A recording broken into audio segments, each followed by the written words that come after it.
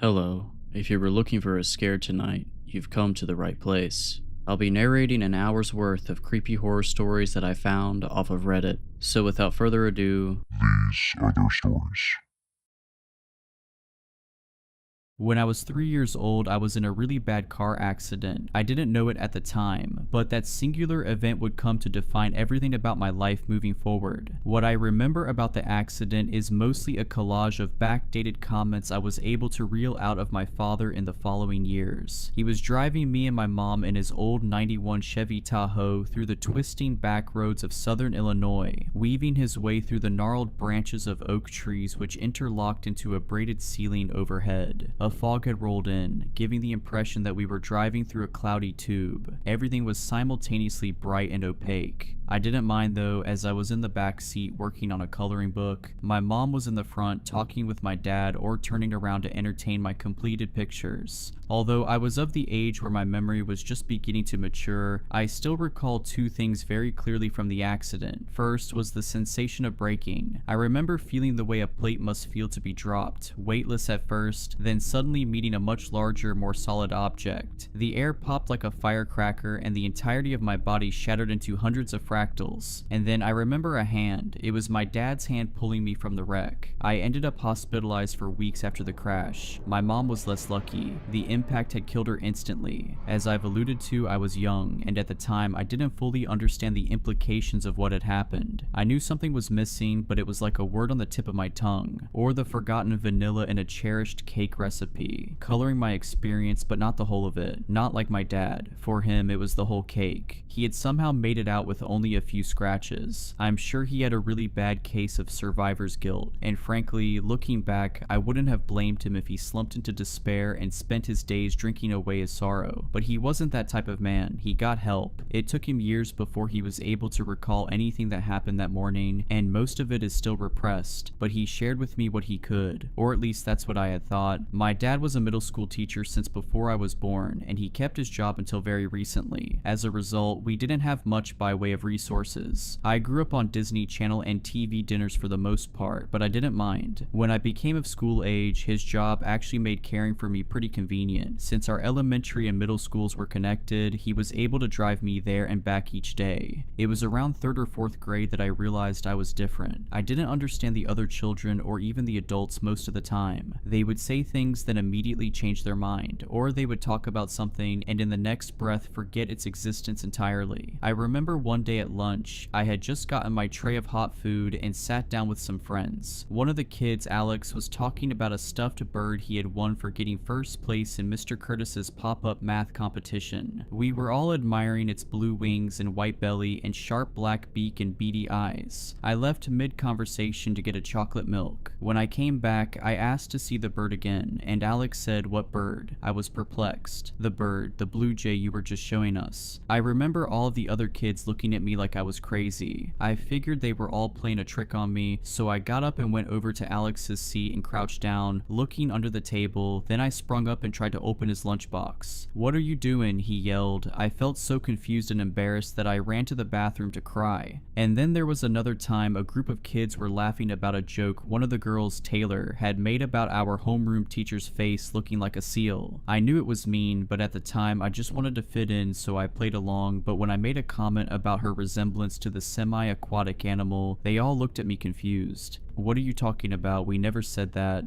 These misattributions kept happening, and it led to me being ostracized from most of the little childish cliques that popped up. I developed a quasi-standoffish temperament which I used as a shield against a chaotic world that I didn't understand. My dad eventually had me tested for ASD, autism spectrum disorder, but I passed the test. He asked if I wanted to move to a different town with different schoolmates, thinking that perhaps I was getting bullied, but I told him it was fine. Somewhere deep down, I felt like no matter where I went, this problem would follow me. You may think that I was simply coping with the absence of my mom, and while I'm sure that her absence has left certain holes in my life, kindly, no, that wasn't what was happening. You see, at first I didn't notice the instances of what I'll call blinking. I simply thought that I was misremembering things, objects, words, events. They were all little things anyway. A bird, a joke, my pencil box. It wasn't until 6th grade that I realized the magnitude of the phenomenon. I was in my dad's 6th grade social studies class, and we had just been assigned our Ancient Civilizations project, which involved creating a diorama of our chosen civilization and presenting its features to the class. My friend at the time, Claire, had taken my first choice of ancient Rome, which we had a heated argument about at lunch, so I was left with ancient Egypt. At the time, all I pictured for Egypt was a plate of sand. However, my dad and I went through some illustrated history books and pictures on the internet, and he really built up the project for me. Over the course of a couple months, he helped me shape 3 pyramids out of small wooden planks and a bunch of tan clay. We placed them in the center of a giant square shoebox lid, which served as the container for the diorama. Then he bought some small wooden mannequin puppets, and we dressed them up in cloth clothes, mostly kilts and tunics, and colored their eyes, mouths, and hair. We added a few obelisks and some small box huts which were collected into a little village around the Nile. Finally, we added a light glaze of glue where we felt would be necessary, and then covered the whole project with golden glitter. As we worked on each part of the diorama, my dad helped me understand what we were adding and why it was important to ancient Egypt. I loved the way he talked about history. He spun everything into a miraculous story. To this day, I don't think I've ever had a teacher who came close to his level of charisma and creativity. As a result, I became really proud of my diorama. I memorized all the little details and rehearsed my speech in front of the mirror for hours leading up to the last couple weeks of class. And then, 2 days before I was supposed to give my presentation, everything fell apart. First, I need to apologize for deceiving you about an aspect of my story. I thought it might help you to understand what I was going through at the time. What I'm about to tell you is going to sound insane, I get that, but please hear me out. The truth is that I was never assigned to present on ancient Egypt. Everything else about Claire taking my first pick and Dad helping me with the whole project and my excitement leading up to the presentation was all true. But it wasn't a project on ancient Egypt. It was a project on ancient Citiven, which was a civilization located on the 8th continent called Catalyn, the same name as the spoken language but unrelated, which was due west of Australia in the Indian Ocean. I know this sounds incredible, and if you want to believe it's all in my head, I get that, but I remember clearly all sorts of facts about it. The Malagasy, the same people who populated Madagascar, were the first peoples to discover Catalyn and settle it. However, about 500 years later, Indian ships would arrive and create the civilization known as Citiven, a pidgin language formed between the indigenous population and new arriving Indians called Hiesa, pronounced Hi-Esu or Hi-Su. Catalyn had a warm climate with plenty of natural resources, but Citiven had a dense enough population to require agricultural production. They grew rice, grain, sugarcane, vegetables, and even tobacco. I remembered all of these facts and more. My diorama reflected the main features of the Citiven civilization, and then 2 days before my presentation, I woke up and my diorama was entirely different. The hilly grasslands were traded out for sandy dunes. The Hindu statues and stone palaces became clay pyramids and large spear-like pillars, and everything was covered with the ickiest yellow glitter I had ever seen. Tears stung my eyes as I trampled over to my dad's room and banged on his door. "Dad, what did you do?" I yelled. "Honey," he responded, rushing over to the base of the stairs. "What's wrong?" "The diorama, it's ruined." "It's what?" he asked and ran up the stairs, leading me to my room. He looked over it for a few seconds, checking to see if everything was intact, then said, "I don't see it, honey. Where is it ruined?"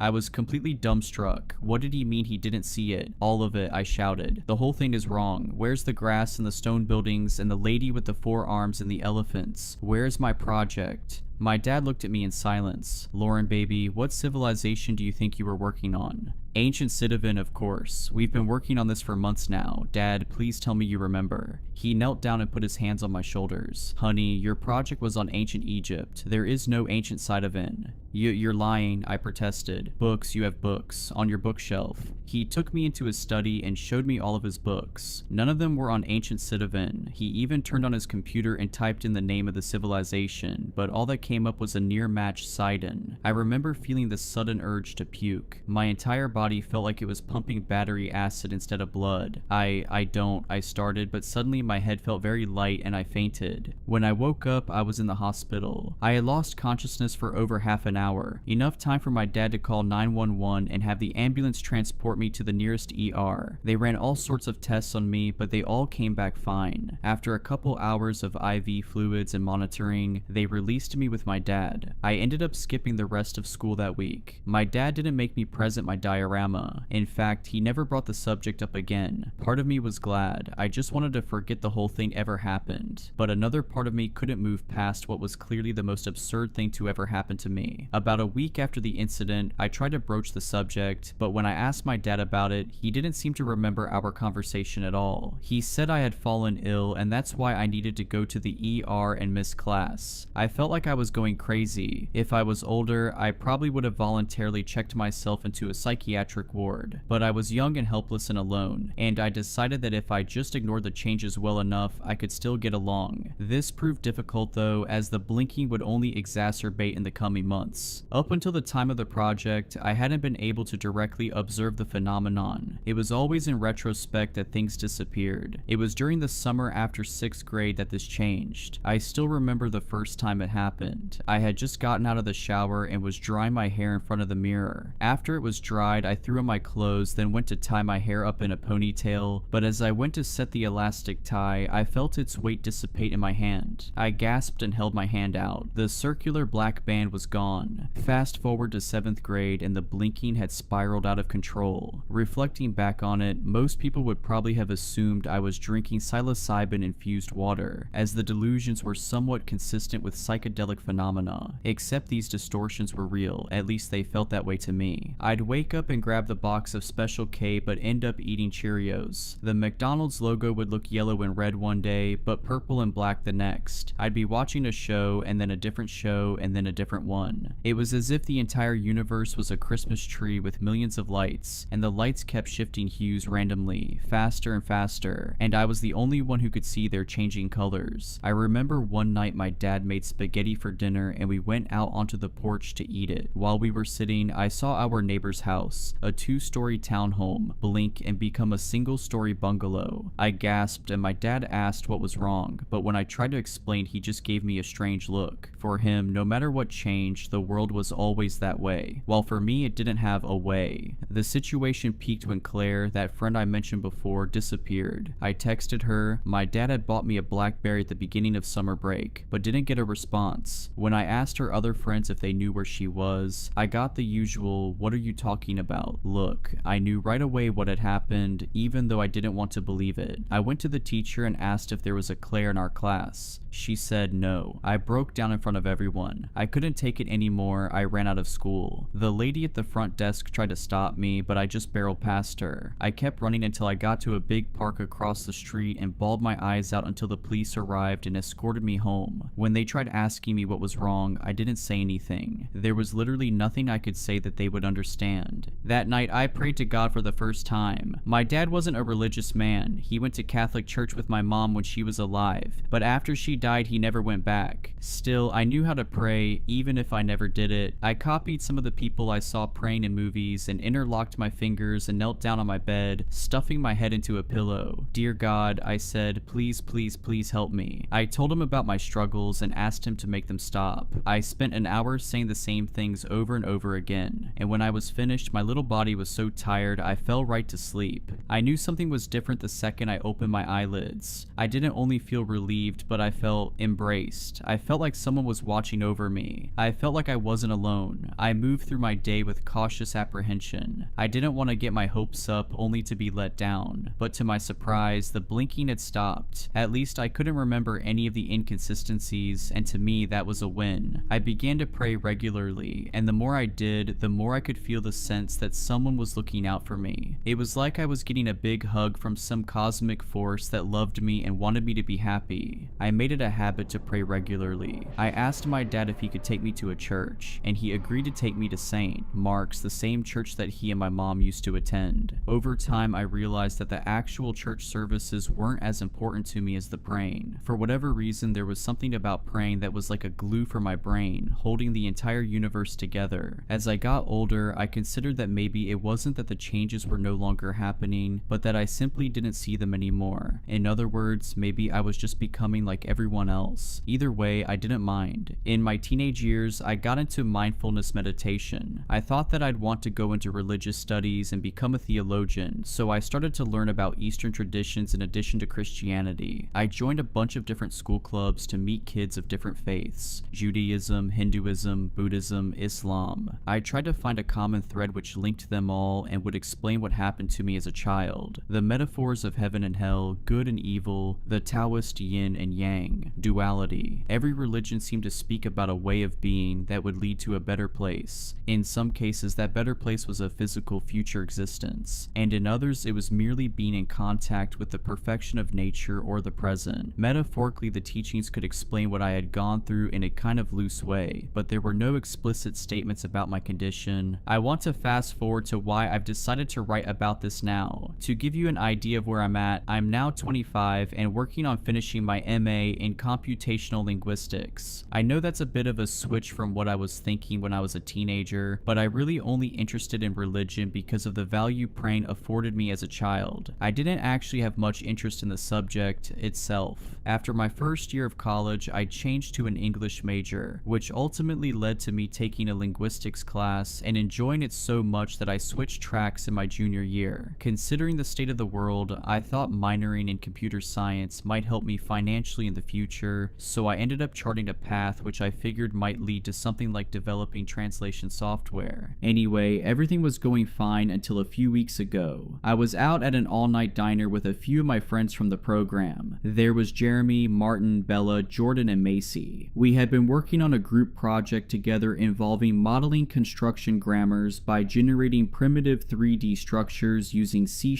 and running the code through a game engine. It's a bit weird, but essentially we were trying to create a multi-dimensional model for language using a similar but more advanced concept than other LLMs, and just had a breakthrough. It was 2 a.m. though, and not a brain cell existed between the 6 of us. So instead we focused on a different problem: Macy's ongoing breakup with her semi-long distance trucker boyfriend. We tried to explain why Mike wasn't going to work out as we ordered a round of milkshakes and waited for the lone overnight kitchen worker to scoop out 3 balls of ice cream from the Dean's carton for each of us, blend it, then have the server deliver the vintage diner glasses on a plastic tray. I dug into my thick strawberry shake with a spoon. It was delicious. I kept eating but focused back on the conversation. I remember feeling something odd about one of the scoops, but I was so entrenched in Macy's story that I didn't notice the metal shard in my ice cream until I felt it against my lip. Pita, I spat out the shard and ice cream all in one motion, then covered my mouth, which I was sure was bleeding. The silver blade was probably as large as my thumb, and it had 2 jagged edges, as if it was fastened for the purpose of causing damage. "What?" I yelled. Everyone at the table turned to see what was the matter. "Hey Lauren, you okay?" I spoke through a covered mouth, using my free hand to point at the table. That was in my, but it was gone.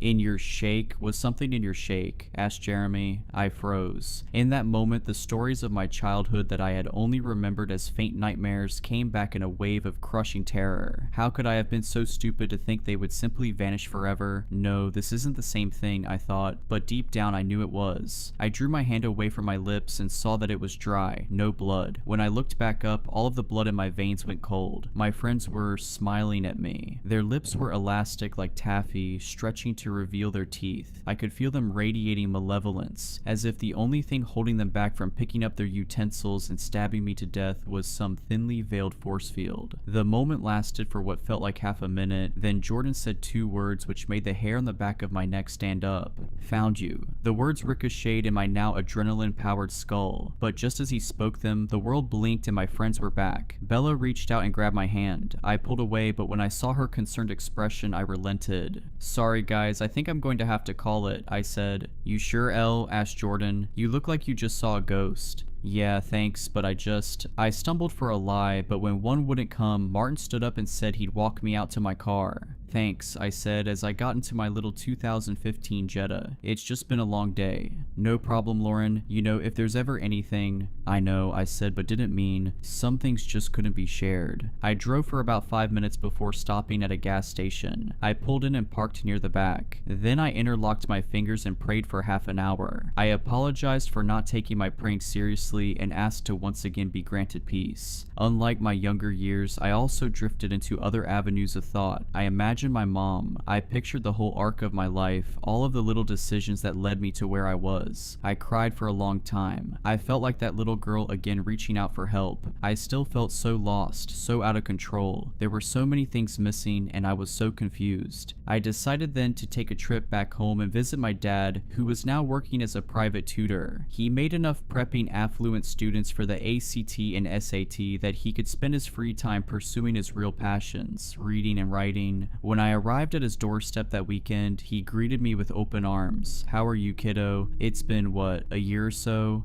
It was actually more like 2 years, but I didn't tell him. I just smiled and nodded. "Well, come in." The house was almost exactly how I remembered it. Linoleum floors, beige walls, a few scattered pictures, the scent of chamomile, everything minimalist. There was a quaintness, a prettiness to the way everything seemed to be well kept and in a perfect place. From the cherry wood chairs we'd sit in to eat, to the cream-colored love seat, I felt at home. I spent the drive thinking of what I would talk to my dad about, but ultimately I wasn't sure what I'd say. I loved my dad, but I think growing up it was easy to see him as naive. After all, arguably the most important episodes of my childhood were completely unknown to him. In that way, I kind of loved him from a distance. Maybe losing my mom also played into that. Maybe I just had trust issues. And after what happened at the diner, luckily there hadn't been any blink since. I stayed for a couple days and he showed me around some of the different coffee shops where he'd tutor kids or write some of his stories. I met some of his friends, mostly other retired or part-time teachers who were in a similar place in life. I was happy for him. Then, on Sunday, he made me my favorite meal growing up, homemade carbonara pasta with chicken and broccoli. The sauce had a few different cheeses, butter, olive oil, and a raw egg yolk. It was the perfect blend of creamy, savory, and sweet. After we ate, he cracked open a scrapbook of some old photos and other clippings he had put together. We reminisced about the past and laughed whenever I'd cover up one of my awkward pictures. He brought up some stories from school that I had forgotten, naming some teachers that I hadn't thought about in years. Apparently I had started at the end because as I moved to the other end of the book, I kept getting younger and younger. I flipped to the last pages and noticed a couple pictures of my mom that made my heart sink. "She was beautiful, wasn't she?" said my dad.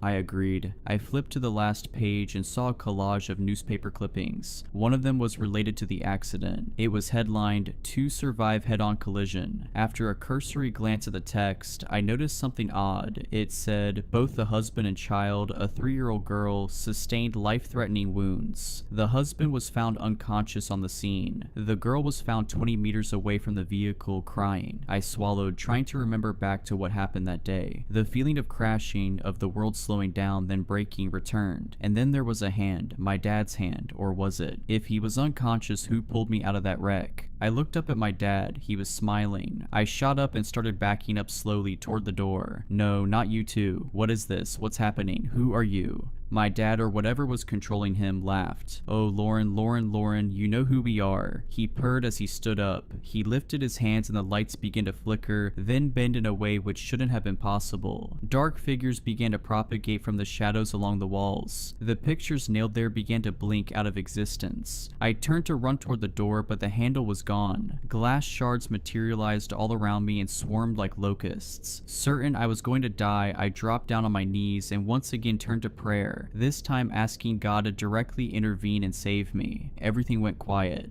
"Honey, are you okay?" I didn't trust his voice. I knew if I opened my eyes, I'd see that awful smile. He was just toying with me. "It's not you," I said in between muttered prayers. "I know it's not you."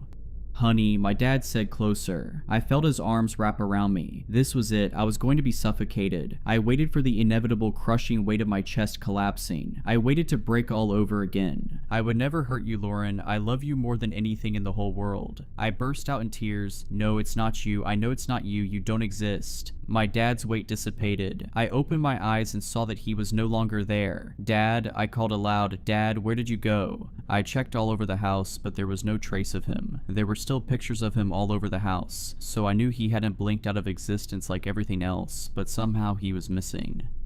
I left the house and got a room at a hotel where I am now. I'm sure at this point that whatever is happening to me is no longer random. Something out there is actively trying to hunt me. Maybe it has been my whole life, but only now it can see me, however weird that sounds. If that's right, then God has been on my side trying to protect me from this demon or monster or devil or whatever it is. Regardless, the methods I was using when I was younger are not going to cut it anymore. I already posted my story in several other small circles and have gotten one reply. A man who goes by the name Trent, apparently it's an alias. He said that he has some insight into my condition and can offer help if I want it. I'm planning on meeting with him tomorrow. I'm not sure if it's a good idea, but at this point I need answers. I can keep you updated with my progress if that interests you, and to anyone who knows anything about what's happening to me, please, I could really use your help. Back during the peak of the blinking crisis, I remember having a lot of difficulty sleeping. It was common for me to average only 4 or 5 hours a night, and the little sleep I did get was marred by terrible nightmares. One in particular recurred many times. I was only 8, but somehow I was in the driver's seat of our family's old SUV. My arms were long enough to steady the wheel, but my legs didn't quite meet the pedals. It didn't matter though, since the car seemed content to continue on at a constant pace. I looked over and saw my mom in the passenger seat. Her face was a blurry likeness pieced together from the dozen or so pictures I'd seen of her over the years. I tried to bring her into focus, not only because I missed her dearly, but because she was speaking, pleading even. She waved frantically at me, then brought her leg up and slammed it down on the floor mat several times. I didn't understand what had her so upset until she pointed out the front windshield, and I saw we were hurtling directly toward a giant tree that had fallen in the middle of the road. Panicking, I stomped for the brake, but my seatbelt protested and pulled me back like an invigorated dog on a short leash. I sat up and tried clicking it off, but it wouldn't budge. My breaths became hollow cries, and I felt my heart beat against the bars of its bony prison. I grabbed the steering wheel and pulled it to the left, then right, attempting to swerve off the road, but it was as if whatever kind of glue was locking up the seatbelt was also fixing the steering wheel in place. "Mom, what do I do?" I yelled, tears streaming from my eyes. She was yelling back at me, but it was as if there was a divider between us, and neither of us could hear each other. I turned back just in time to see the giant oak tree meet the front bumper, and then I jolted awake with a piercing pain in my chest that radiated up through my throat in the form of a giant scream. My little legs kicked under the covers and tears rained down on my pillow until my dad ran in and knelt at my bed. "Lauren, are you okay? Did you have a bad dream?" I grabbed my pillow and hugged it so my face was covered, then effused a in a long wheeze while rocking to either side. "Oh honey," he soothed and brushed my hair, then the tears from my face when I would allow it. Time would pass in silence, and when I began to get the sense that my dad was ready to leave, I'd chirp out, "Stay," in that way children do when they're embarrassed about wanting something. "Always," my dad would reply. Then he'd post up on the floor with my large tomato plushie as a pillow. One night in particular, it was deep in the night, and I had woken to a tapping sound outside my window. I was so afraid that a monster had snuck into my room while I wasn't looking that I made him lay next to me and face outward. I'd peek my eyes open every minute or so to check and make sure my dad was there, staking out the room. Eventually he rolled in close and said something that I still remember to this day. "Hey baby, guess what?" he whispered. I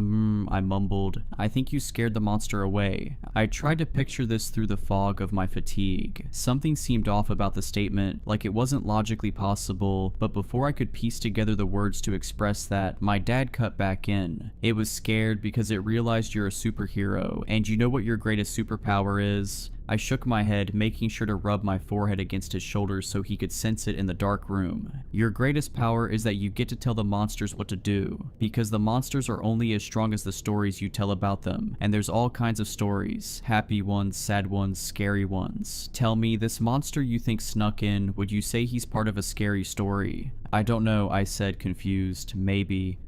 He hummed, contemplating. "Well, I want you to remember this. You have the ability to tell any kind of story you want. Maybe there are monsters, but that means there's heroes and angels too, right?" I was beginning to doze off to the comforting sound of my dad's deep voice, but I gave another affirmative "So if you're ever scared, honey, just dream up a better story. A story that will bring you peace. Do you understand?" But I was already out. I woke up the next morning to the feeling that someone was in the hotel room with me. The drapes were drawn and the only sound was the AC unit blowing cold air. But when I looked toward the dark corner of the empty coat rack, my mind conjured the face of my dad, smiling at me, chanting that same awful line, "Oh Lauren, you know who we are." I was no longer a child, but it took a couple minutes of cold focus before I muscled the courage to ascend from the safety of my covers and flick on the lamplight. The small amber radius extended to where my dad's feet would have been if he was standing there, but there was no one. I let out a sigh and collapsed back onto the mattress, thinking back on all those years growing up. The same man who had helped me conquer my fear of the dark was now the monster hiding in its shadow. I looked over my shoulder and saw the clock read 10:15. My meeting with Trent was in 3 hours. I moaned and stretched my arms back until they knocked against the headboard. Then I collapsed back onto the mattress, meditating, gathering energy like a compressed spring. All at once, I jumped up and glided over to the drapes, opening them in a single fluid motion. I grimaced at the sunlight, but the warmth felt good against my face. I stopped by the nightstand and gulped down the final few swigs of a bottle of mellow yellow that I had purchased from a vending machine the previous night, then undressed and hopped in the shower. The warm water wasn't enough to wash away the previous night's memories. When I closed my eyes to lather my hair, I was back in my living room, standing opposite the demon that had taken on my dad's form. His smile, his laugh. It was like someone in my head was flipping a switch between the man I loved growing up and a terrible monster. But the fear was more powerful. I heard something drop onto the tile floor on the other side of the curtain. The noise made me gasp, and I opened my eyes while shampoo was still streaming down my face. I swiped the shampoo out of my now burning eyes and squinted at the curtain, trying to see through it, but I couldn't make anything out. Is anyone, I started, trembling, afraid to finish the sentence. I reached out and pinched the end of the curtain. My heart was in overdrive. I swallowed, then pulled it toward me and peeked out. I scanned the room, but I couldn't see anything out of place. It wasn't until after I finished showering and wound myself up in one of the hotel's 2 small towels that I saw what had made the noise. I bent down and picked up the stub of a razor blade that had fallen onto the tile right next to the puffy gray shower rug. It wasn't mine, and I was pretty sure hotels didn't keep unguarded razor blades just laying around. When I held it up, it occurred to me that if it had simply fallen a few inches to the left, it would have been buried in the rug, and perhaps I would have stepped on it. I stared at myself in its steely reflection, cold, lonely, small. What if I was all I was able to think before the blade blinked out of my hand? I threw on some clothes, packed up the few belongings I had into my purse, then checked out of my room. I didn't feel safe going back home after what happened, but I also didn't want to go anywhere else. I got in my car and drove aimlessly up and down the town streets, focusing only on the car ahead of me. Anytime I started to travel down an avenue of thought, I'd make a turn or speed up or hit the brakes, anything to keep my mind distracted. It was sweltering outside, but I'd turn the heat on for minutes at a time until I felt drenched, then toggle max AC until I was cool, then back to heat. I repeated the basic driving tenet 10 and 2, 10 and 2, 10 and 2 inches like a mantra, a chant to focus my attention on a single point, and then I pictured that point disappearing. I began to think that maybe I wanted to disappear. I fully intended to keep going that way until 1 o'clock, but after about 30 minutes, my meandering route had led me to St. Mark's Catholic Church, where a large group of people were gathered around a long line of tables in front of the building. I slowed down. At the front of the venue was a large white cardboard sign which read, "Plant a seed, share the joy." I wasn't sure what that meant, but my boredom had come to a head, and I rationalized that if there's any place on God's green earth that would be safe, it was this one. I parked along the closest side street, then walked over to the church. Rows of white tables were covered with cardboard boxes filled with small plants that were wrapped up in individual paper pots. I watched from a distance as people behind the tables carefully removed the plants, one by one, and offered them to passers-by. I continued down the line, a sheep in the herd, and allowed myself to sink into childhood memories. I had somehow made it out the other end near the narthex when I heard a woman's voice call to me. "Hey dearie, have you gotten one yet?"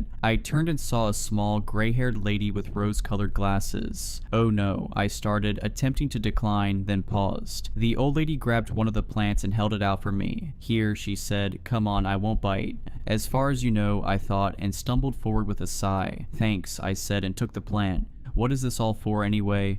It's a giveaway, the old woman responded. Staff have been growing these plants, tomatoes and garlic mainly, so they could offer them to members of the parish. The idea is to have the members grow the produce, then donate it to St. Mark's food pantry to give to those in need. Oh, that's actually pretty cool, I replied and inspected my plant, which was at present nothing more than a small green stem. So which kind is this one? That one is... The old lady stopped and inspected the other plants near where she had grabbed mine. Tomato.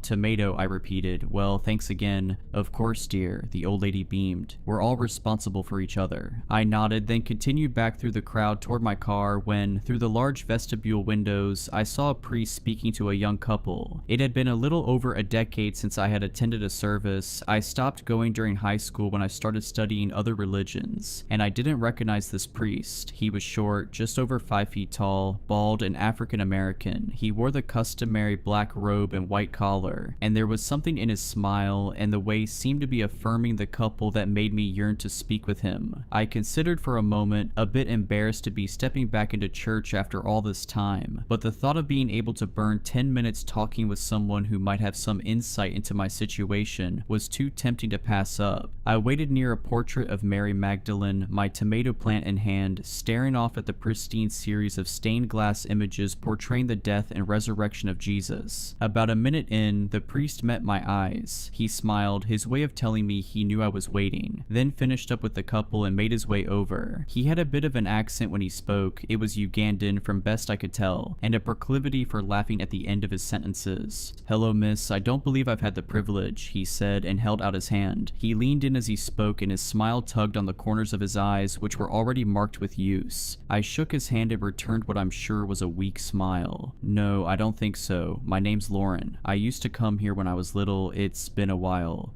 Well, I see you picked a good day to visit, if you're into gardening that is, he remarked with a laugh and gestured toward the plant. It's nice to meet you, Lauren. My name's Martin. Father Martin if you prefer.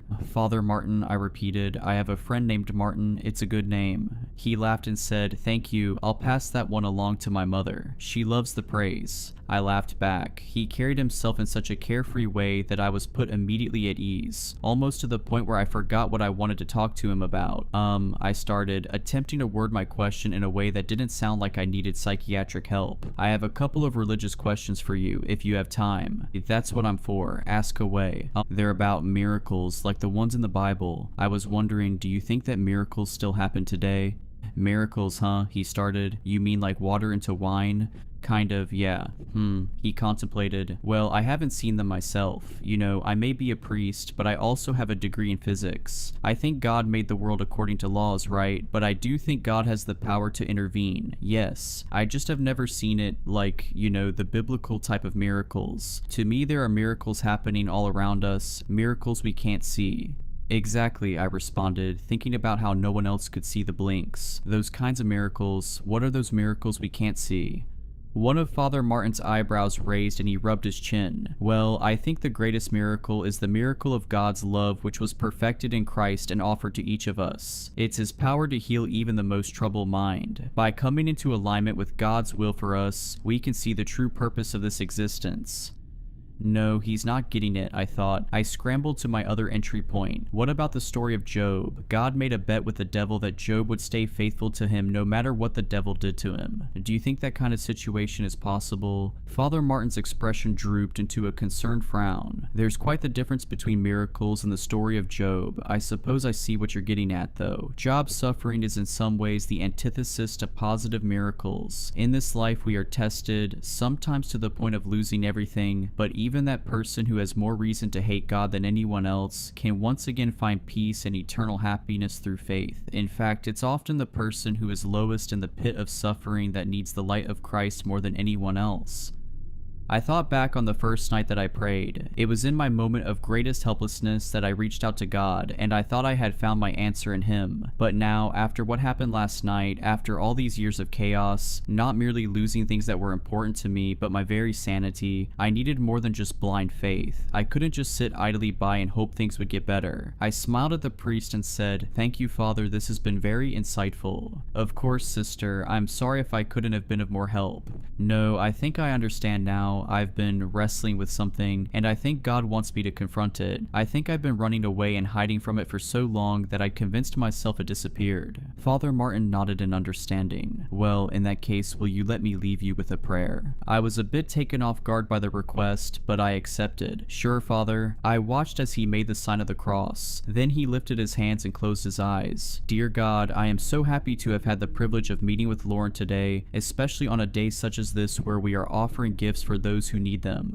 You have heard her desire to confront the things that are troubling her. I ask that you bless her with strength and peace and a clear conscience that she may overcome these challenges. God, bless us with your spirit that we may see your hand in our lives. Amen. Amen, I said. As I was leaving, Father Martin called out to me and said, "Oh, just so you know, this Friday at 7 we are having a barbecue at the parish center. I would love to see you there if you're able and wanting." Turning back, I smiled and said, "Oh, okay, thanks, Father. I'll think about it." The priest nodded, and with a smile, he sent me off. I walked into the deli at 1 o'clock on the dot. The customers who had arrived for the lunch rush were already cleaning up their trash and heading out. I dodged past a few of them on my way down the long, narrow path leading to the front counter, while I waited behind a couple of elderly folk who were picking which soup they wanted to pair with their ultimate grilled cheese. I looked around for Trent. He hadn't sent me a picture or any way of contacting him throughout the day, so I wasn't sure what I was looking for, but I figured I'd see some man half hidden behind a newspaper scouting me out. Maybe I watched too many movies, I thought. Ma'am, you're up," croaked the teenager behind the register. "Oh, right, sorry," I replied and stepped up to the counter. I muttered, scanning the menu for something that looked edible. Could I just get... I made sure to mouth every syllable as they were words of their own. "We have a deal, the try-two combo, sandwich and a soup for $9.99. The cashier repeated for what was probably the 50th time that day. "Yes, that sounds good. I'll do the Italian sandwich and potato soup. And a drink, please." After I paid for the food, I wandered around the tables, hoping to find someone who looked like a Trent. I was picturing a short guy, runner's build, with long brown hair, tucked somewhere neatly away in the corner. So I was not prepared when the Hulk stunt double growled my name from a table smack dab in the middle of the restaurant. He had a pale, square face that was spotted with freckles and a sinking property that comes with the lethal combination of stress and age. His hair was relatively short. Probably it was brown or auburn, but since it was slicked back, it looked almost black, and he wore what looked like janitor coveralls. There was even a cloth tag pinned to his chest which read, "Trent." "Lauren," he repeated. "Yes, that's me," I said, and took a seat across from him. I saw a brown tray on the table in front of him, and on the tray was a large white soup bowl. It was empty and beginning to crust along the edges. He must have been here for some time already. "I didn't know where you'd be, so I was worried we might miss each other. I'm glad you found me, though," I said while looking over Trent more thoroughly. His large hands were stretched out in front of him on the table. He wasn't wearing a ring, so he probably wasn't married, and his face, it was stern. He seemed like a no-nonsense kind of guy. Then I saw his eyes. They were sapphire blue, probably the most stunning I'd ever seen. "We only spoke on the internet, so I hope you don't mind, but I usually run a preliminary test on anyone I meet who claims to have abilities such as yours," Trent said while reaching into his pocket and removing a device that had the size and shape of an electric razor. "All you have to do is look into it. It takes maybe 5 seconds, 10 at most." "Oh, sure," I said reluctantly. I asked while reaching for the device. Trent clicked a button and released the cylindrical head which opened, revealing a glass circle about the size of an iris. "I'll hold it, just look into the center. A red cross should appear, then it'll take the picture." Okay," I replied and did as he instructed, leaning my head forward to look into the device. Sure enough, a red cross appeared. Was all I got out before the light turned blue and I saw a gray fog disperse and billow throughout the inside of the tube, extending for what I perceived to be miles. My jaw went slack and I couldn't breathe for maybe 5 seconds. Then Trent re-shuttered the device and turned it over. 72, he said with a hint of shock. "That's the highest I've scanned to date." He looked back at me, more relaxed now, and muttered to himself, "How have you been able to function for this long? At this level, you should basically be half in, half out." I rubbed my forehead, feeling a mixture of pain and frustration and fatigue and impatience which all poured out at once. "Listen, Trent," I said as sternly as I could. "I came here because you said you knew what was wrong with me and that you could help me. I get you have to make sure I am who I said I am, but now it's your turn to pay up. How do I know you know anything about my condition? You said my mom might still be alive. What does that even mean? I saw her die right in front of me. I want answers." I waited for Trent to respond, but he only lifted his head. I turned around and saw a girl holding a tray of food. Hi, sorry to interrupt. I have an order 36 for Lauren. Oh yes, thank you, I said. The worker placed the tray down on the table in front of me, and when I saw the food, I suddenly realized how hungry I was. Trent must have also realized this because he folded his arms and said, "Go ahead and eat, I'll explain while you do." I wanted to protest, but my salivating mouth made other plans. Fine, I said. I grabbed the metal spoon off the tray and started on the soup, bracing against the steaming heat of the potato chunks. As I ate, Trent moved all of the items on his tray off to the side. Then he flipped the tray over so it was raised slightly off the table. He took his cup and placed it face down in the center. Then he rolled up a few of his used, blue mayonnaise packets and charted a track across the tray. "What are you doing?" I croaked out between bites. Trent ignored me and continued by ripping up a napkin into strips and placing them alongside the mayonnaise packets. Finally, he snapped 10 toothpicks in half and stuck them in the tomb of a dozen overlaid napkins. "It's your diorama," he said at last. "It's my what?" "From the story you sent me, your diorama. When I read about it, it gave me a good idea of how to explain the blinking." I pointed at the cup in the center. "Is that supposed to be a pyramid? Because I'm pretty sure you're in the wrong geometric neighborhood with that one." "It's an analogy," he said. "Of an analogy," I quipped back. "Look," he picked out one of the toothpicks and held it out in front of me. "This could be a person, an animal, a crowbar, whatever you want. The point is, this diorama is a stand-in for our universe. This is everything that exists that we can see, okay? Okay. Now me." Trent placed a hand over his heart. "I'm not in the diorama. I don't exist in the universe." "In the universe where a cup is a pyramid, or the actual universe," I said, unable to control myself. Trent grimaced. "Sorry, keep going, I get it." Things pop into. Trent threw the toothpick back onto the tray. Or out of. He picked the toothpick back up. "Our universe at will based on forces," he patted his chest again, "that exist in other realms," he gestured to the room, "that are connected to our universe." He tapped 2 fingers against the tray. These things could be objects like, say, a toothpick, or entities like the one you encountered yesterday. The blinking experience that you described aligns with the typical experience of a moderate antenna. That's what I call people like us, antennas, because we can pick up on signals others can't. You mean you see the blinking too? Yes, but not to the same extent as you. If all the blinks are gathered in a giant picture that you can see, I'm traversing the image through binoculars, maybe even a microscope depending on where we are. I thought about this. I guess it was possible there were other people like me out there, but since I had never met anyone, I didn't really consider the idea until now. And then for him to say my ability was somehow much stronger than his. "But," I started, "I haven't even seen that many blinks since I was a child. It's just more focused and malicious now."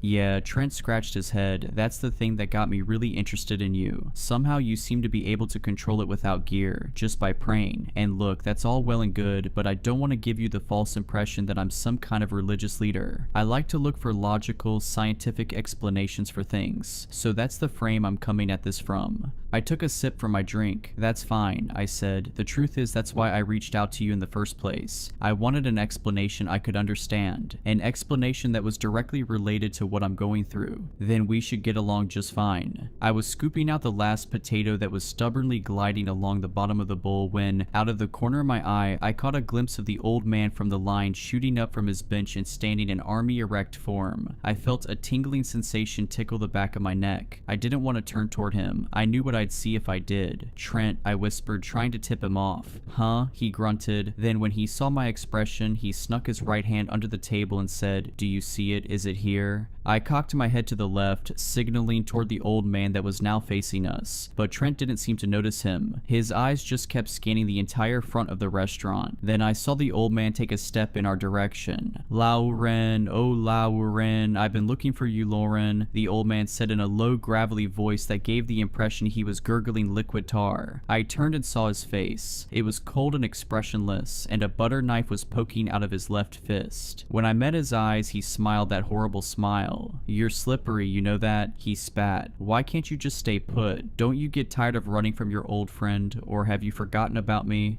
"Trent," I mumbled out, "right there.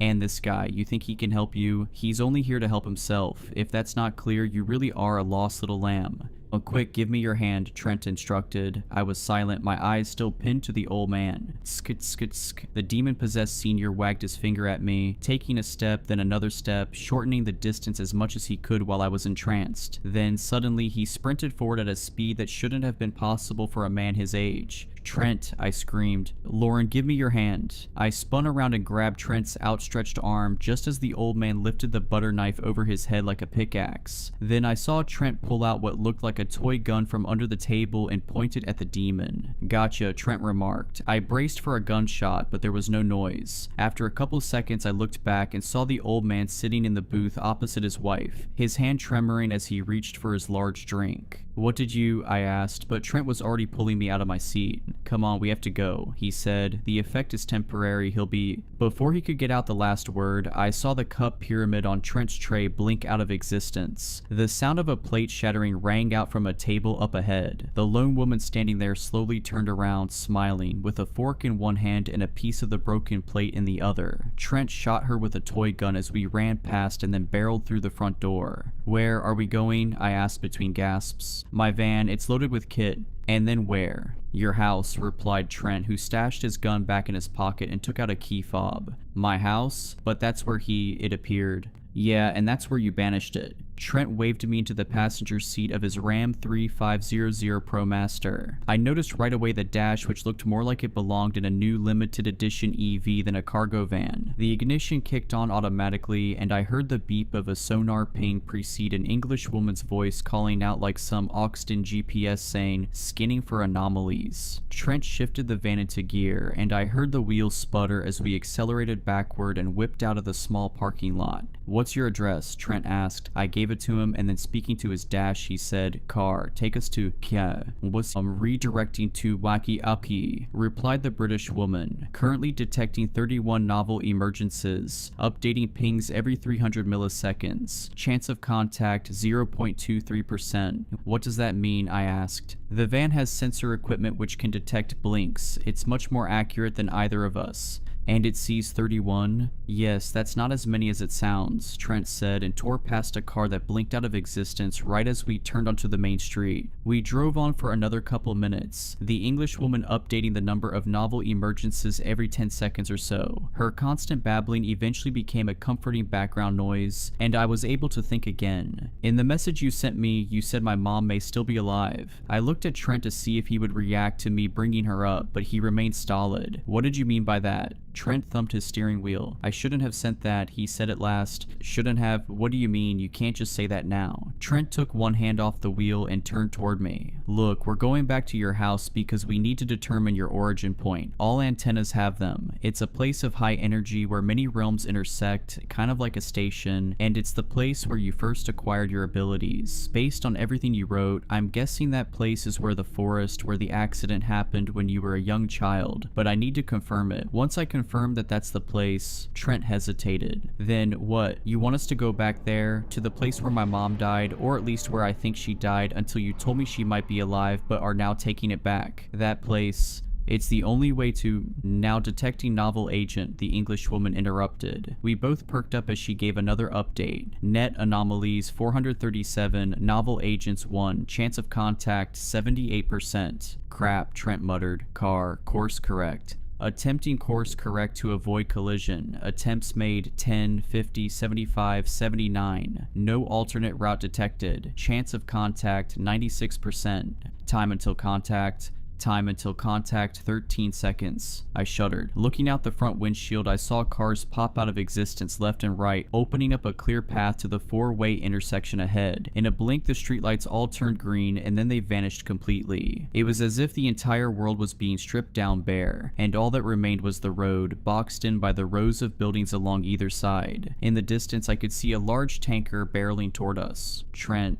"I know," he replied, and clicked a different button on the console, which opened a new toggle for the shifter labeled TD. He pushed the stick forward, engaging the new mode, then pressed the accelerator all the way to the ground. "You're going to want to hold on." "What are you doing?" I yelled, grabbing onto my seatbelt. "No time to explain. Car, release phase lock." Phase lock released. I watched in horror as the color drained from the road and buildings and sky, transforming it all into a dim tunnel, with only the headlights of the oncoming semi-truck visible up ahead. I had the sudden thought that this was all a dream, just like the ones from my childhood. I looked over and no longer saw Trent but my mother, and then I realized this wasn't a dream, this was hell. I was being forced to relive the worst moment of my life over and over again. Just when I thought I had escaped, I was pulled right back into that car, helpless as we approached but never arrived at our impending fate. I closed my eyes right as the lights engulfed the windshield and braced for the usual pain in my chest, for the feeling of braking, but it didn't come. Shift was the last word out of Trent's mouth, and then I was infused with the sensation of being at the pinnacle of a roller coaster. I was suspended there for what felt like hours, but somehow I knew that not even a second had passed. Everything inside the van, the dashboard, windows, ceiling, doors, even Trent himself began to radiate enigmatic particles. They were a mass of constant motion, like raindrops falling through the air but never landing. I looked down at my hand, but it was gone, diffused into an unknowable number of untraceable particles. The world outside, once devoid of color, was now nothing but color. When I tried to focus on a particular spot in the infinite geometric folds of whatever realm we were traversing through, I could sometimes detect a trace of our world. The old lady from the church. She appeared as if through a window, standing behind a table, holding out a plant, only this image was so much brighter, and the plant she was holding was pure gold. Then I'd catch a glimpse of the razor blade. It was large, many hundreds of times larger than the van, and surrounded by darkness. These ghostly images appeared like holograms or reflections that caught the light at just the right angle, then dissipated. I stayed there, looping between the archetypes of my life for a long time. I knew we were returning when I felt the first sense of motion. Breath filled my lungs for the first time in what felt like a day. I blinked, and then we were back in town, driving down the same road with the blue sky above. People were jogging on the sidewalk past the little street shops. The street lights were active. I checked the side mirror and saw the tanker had just passed by. I looked over at Trent, who met my eyes. We shared a look of knowing and unknowing. For some reason that was enough, and we continued on in silence. We agreed to stay the night at my house. Trent had parked a couple blocks away in front of a couple vacant houses so as not to arouse suspicion from the neighbors. Then he lugged a large duffel bag with his equipment in and set it up in the living room. He scanned the scrapbook, which contained the newspaper clippings from the accident, several times and confirmed that was likely my origin point. I simply nodded and then went back out onto the back porch. I sat there for hours, basking in the sun. Something had changed in the past day, but I couldn't pick out what it was. Too much had happened. I had too little time to process any of it. When the sun set, I went inside and Trent told me about his plans for the next couple days. He said he needed to run a few errands in the morning, then meet up with a couple of his associates. After that, we could begin our drive to southern Illinois. He said it was likely that the entity that was chasing me had first tied itself to me during my childhood accident. For whatever reason, we came into contact, and now it didn't want to leave. Trent would help me get rid of it. He didn't go into many details regarding how that was to happen, but I don't think in my tired state I would have been able to understand much anyway. He had a plan, and that was enough for me, at least for a while. After our meeting, I made sure Trent had enough pillows and blankets like a proper host. Then I retired to my room. I laid down on my twin bed and stared up at the cream-colored ceiling. Then I turned and saw the participation awards for my junior soccer league stashed on my dresser. I pictured myself on the field, running with the ball, out ahead of everyone except the goalie. I took a shot, but it was blocked. Then I ran back to defend. How can such a simple game be so much fun? Was the last thought I had before drifting off to sleep.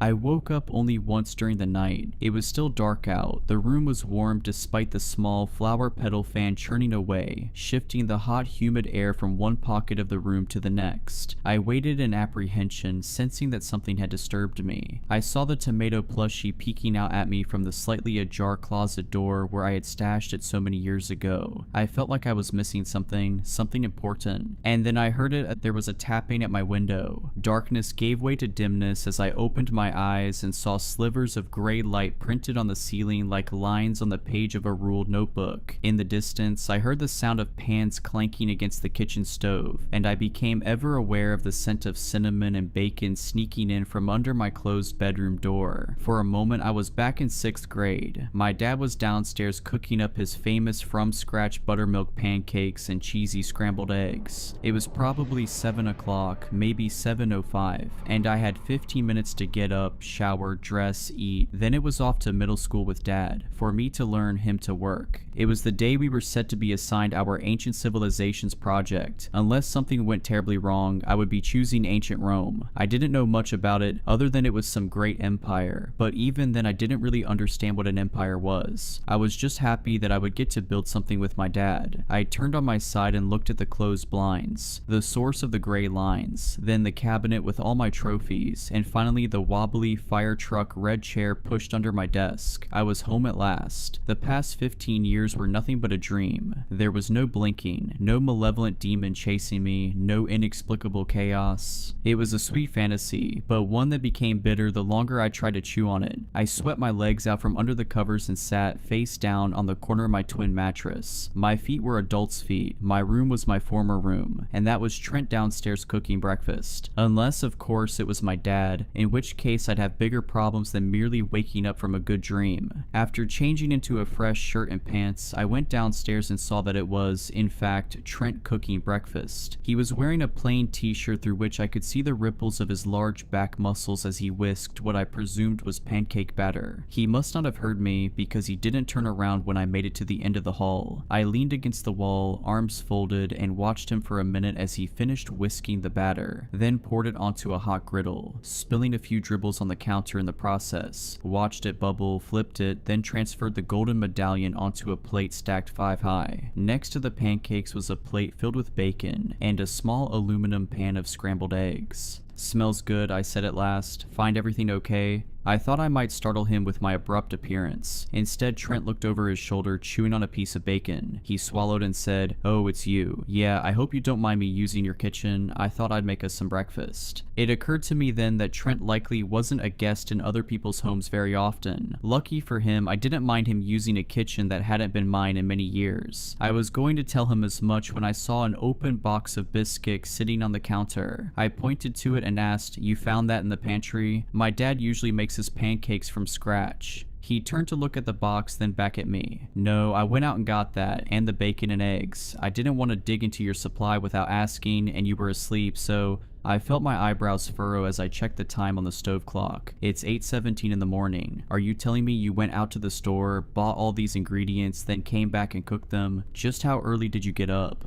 "Around 5, he answered as casually as if I had asked his dog's name. "I don't usually get much sleep. Around 4-5 hours is all I need. It's actually unusual for antennas to need more than that amount, but I suppose you are unusual." I opened my mouth in disbelief. Not only had he commandeered my kitchen, he was calling me unusual at 8:17 in the morning. "Sorry," Trent said, reading my expression.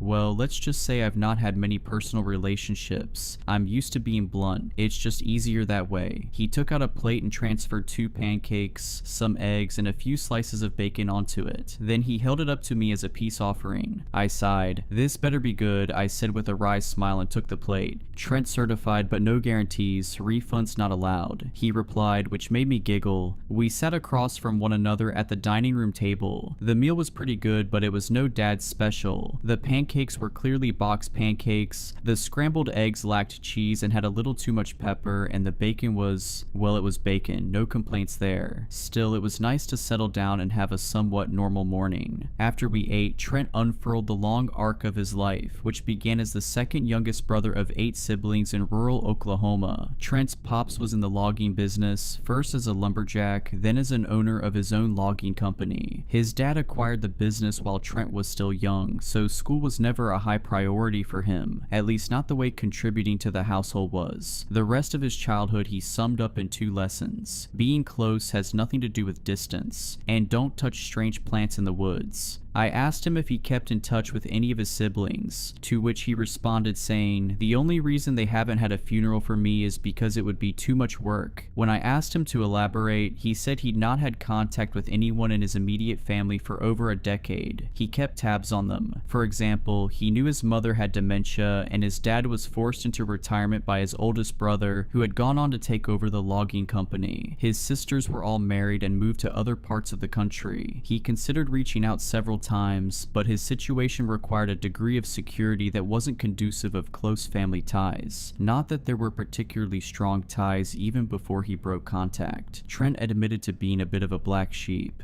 It all circles back to one of my jobs as a home inspector, he explained. After I moved out, I tried college and quickly realized it wasn't for me. So I entered the workforce and did a bunch of odd jobs: construction, carpentry, plumbing. I even drove a garbage truck for a while, but I ended up in home inspection. There was one job in particular which made me aware of. Trent paused and gestured toward the space between us. Our situation, the blinks. You remember what I told you about origin points being like a station where other realms intersect with our world? Well, this house was like Union Station or JFK Airport if you prefer a plane analogy. There was a pile of junk up to my knees in the basement of that house. All of it had been blinked in. I spent a couple days on the property, running tests, trying to identify the strange phenomenon, but on day 3 I rolled up to an army of what I thought at the time were feds, parading around the property like ants on an anthill and sectioning it off with crime scene tape. I saw disgust funnel into Trent's expression. They're not feds at all though, at least not anymore. I call them the organization, a group of people who lead in the formalized understanding of what you know as blinking, and they're the reason I have to take precautions. I considered this for a moment. Trent's story was certainly plausible, but I was missing a key piece of the puzzle. Okay, so what does this organization want? You make it seem like they're not good people. Have they tried attacking you? This caused Trent to laugh for a solid 10 seconds. Sorry, it's just, I mean, if you knew what I knew, you might think it's funny too. Then tell me. Trent took a deep breath, then released. It's a long story. The gist of it is this. The organization has a certain device which I call the receiver. Think of it like a giant antenna. No, not us kind of antennas. An actual antenna. It's like the machine equivalent of us, but with 1 billion times the bandwidth. Their goal is to use the receiver to map our world in relation to other dimensions, then use that map to establish dominion over everyone and everything. In order to do this, they need muscle, both human muscle and antenna muscle. They're in the process of harvesting as many of us they can find. They're like a giant diamond company who is taking to the mines. When they find a stone, they take it back to their factory for cutting and refinement. In real terms, they run tests on us and attempt to augment our powers. The ultimate goal is to create a strong antenna, or an antenna capable of causing phase shifts, blinks. Trent saw from my expression that he was starting to lose me, so he stood up and began rolling up his shirt.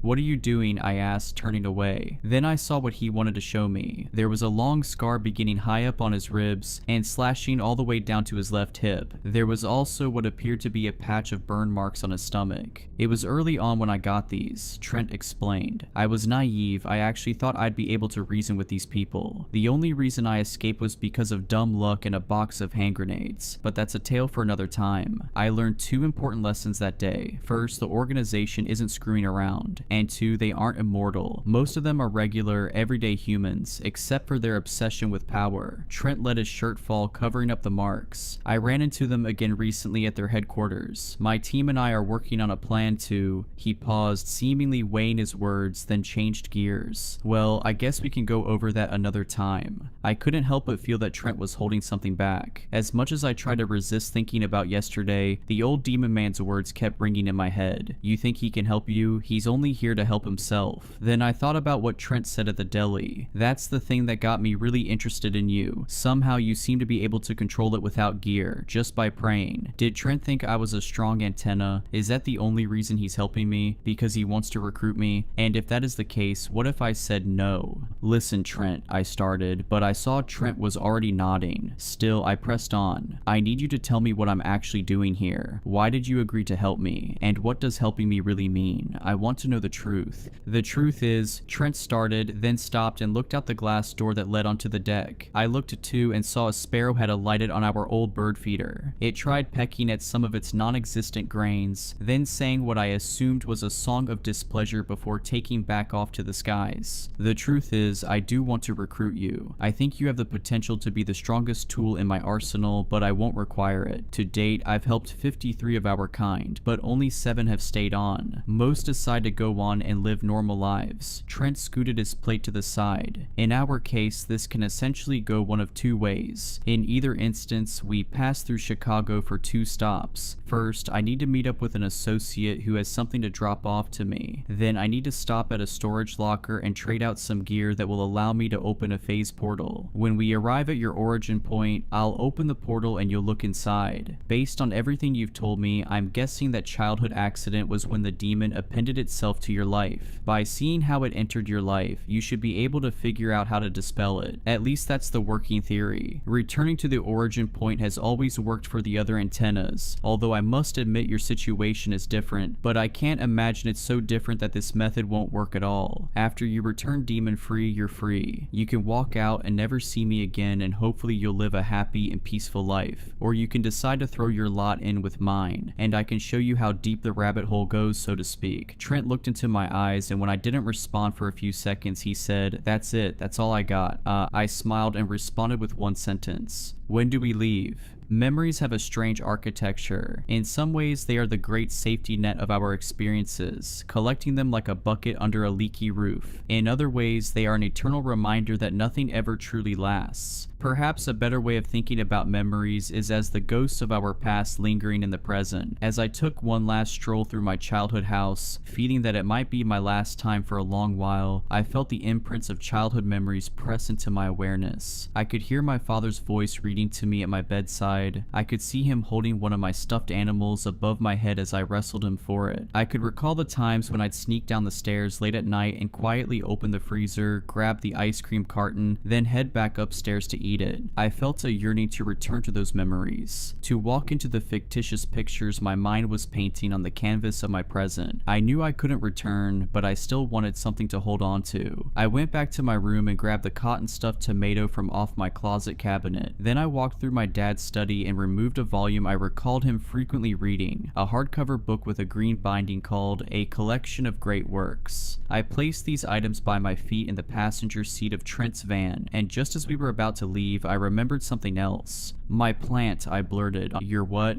"My plant and my car. I left them at the deli. Do you think we could swing by and get it?" Trent checked the time, then said, "Yeah, I guess we can. I just hope it isn't towed." Luckily it wasn't. I half expected to find a ticket on the windshield, but there wasn't one of those either. I unlocked the door to my Jetta and got into what felt like an active oven. "Hot," I said, and rolled down all the windows, then cranked up the AC. I saw my plant resting in the cup holder that I'd left it in the previous day. I picked it up and touched its soil. It was dry and beginning to crack. "Hang on, little guy," I thought. Then I led the way back to my house. When I arrived, I parked at the head of the driveway. I turned off the car, then ran inside with the young tomato plant, bringing it to the upstairs bathroom sink and dousing it in water. I wasn't sure how much I was supposed to add, but I figured after the sauna experience it had yesterday, I could afford to go a little overboard. Once it was fed, I opened the small purple drapes and placed it on the windowsill which faced east, meaning it would hopefully get plenty of morning sunlight. "Good now?" Trent asked after I hopped back in the passenger seat of the van. "Yeah," I said. "Good now." "Then let's get a move on." Road tripping with Trent was a much different experience than when we were driving for our lives. For one, Trent wasn't nearly as tense. He drove with the windows down and one hand on the steering wheel like out of a Mustang commercial, talking intermittently about his adventures, people he'd met, jobs he'd done, close calls. He was like a living radio, and when his personal station wasn't on, he was playing one of his CDs, classic rock mainly. When he was in an off period, I found myself looking out the window at the rolling wheat fields and cloudy blue sky. Journey was playing, and the lyrics to one of the songs crept into my head and reverberated there. "The wheel in the sky keeps on turning. I don't know where I'll be tomorrow. I've been trying to make it home, got to make it before too long. Ooh, I can't take it very much longer." In a strange way, I felt like I was leaving home, but in another way, I was going back. And then it occurred to me that perhaps I didn't have a home at all. Did I ever have one? These past couple days had called everything about my life into question, to the point where the past seemed as mysterious as the future, and both intersected at that one place in the woods, the place where it all began, the place we were headed. We only stopped once at a gas station to refuel, get snacks, and use the bathroom. Otherwise, it was smooth sailing, other than one heated discussion with Trent that began when he addressed his vehicle as car for the 5th time.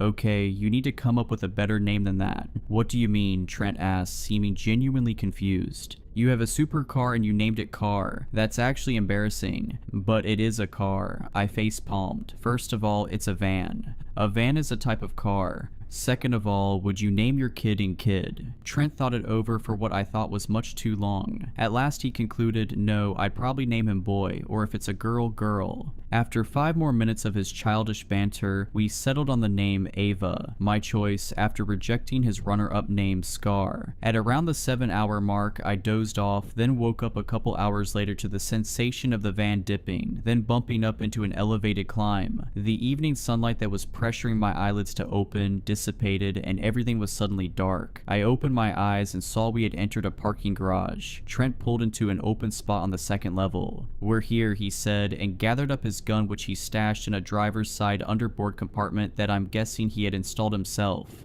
"I see that. You want to wait here or—" I opened the car door, which was answer enough for Trent. We both got out and started down Maple Avenue. I had been to several cities before, Chicago among them, but the size of the buildings always struck me with awe. As we walked alongside dozens of other pedestrians, I looked up and traced the closest tower to its peak, guessing how many stories it was in my head. Then I'd be pulled out of my game by the honking of some nearby vehicle. We continued for 2 blocks until Trent made a path directly toward the nearest Starbucks.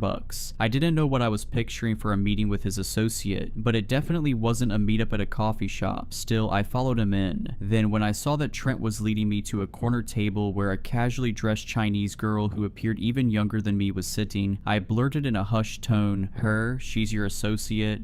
"Took you long enough," said the Chinese girl, looking up from what appeared to be some kind of homework assignment. "And she's in school?" I asked, incredulous. The associate looked to me, then to Trent, who nodded, then back to me. "It's just a cover. I'm glad to see it still works, though." She reached out to shake my hand. "I'm Allison. It's nice to meet you." Trent gave me a smirk, then said, "Looks can be deceiving." I grunted an affirmation and shook Allison's hand. "I'm Lauren. It's nice to meet you, too." "Sick, you have it?" Trent asked, skipping right to business. "Of course," Allison replied and removed a mailing package from her backpack, setting it on the table. "You want to go make sure it works?" she asked, gesturing up at the ceiling with her eyes. Trent seemed to think it over for a second, then looked at me, but before he could say anything, Allison cut back in.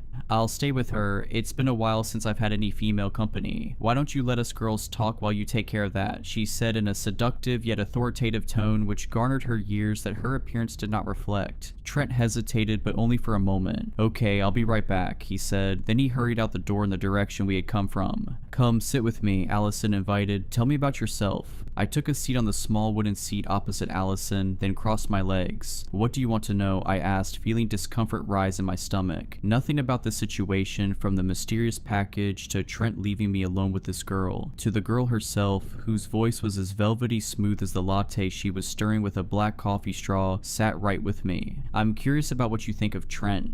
"Trent?" I repeated. I realized this was the first time I was putting any of my thoughts about Trent or our relationship into words. "I guess he's a pretty straightforward guy. He seems to know what he's doing." Allison flashed me a small smile, then took a sip of her latte. I saw the sticker on her drink read chai. Then she set the cup down and sighed. "Yes, he's very straightforward, definitely doesn't mince words." She looked up into my eyes. Hers were a rich black like onyx pebbles, but there was something about the way the light refracted off them which simulated a kind of inward motion, as if they were tiny whirlpools. Her smile spread across her lips. "I'm curious. What did he tell you?" Tell me about what?" "About what you're doing, about where you're off to, what's the plan?" "Don't you know?" I asked, but it immediately occurred to me that maybe she didn't know. I never saw Trent with a cell phone. Just how did he communicate with his associates? And what if he didn't want her to know what we were doing for a good reason? Should I tell her? No, Trent keeps his cards close to his chest. He always has. "Don't you work together, though?" Allison waved her left hand in the air. "Of course, but it's because of the nature of our work that most of our communication is done in person, so Trent doesn't tell me much outside of the current job. I was just curious is all." "That makes sense. I mean, I'm actually pretty curious about what you do, too."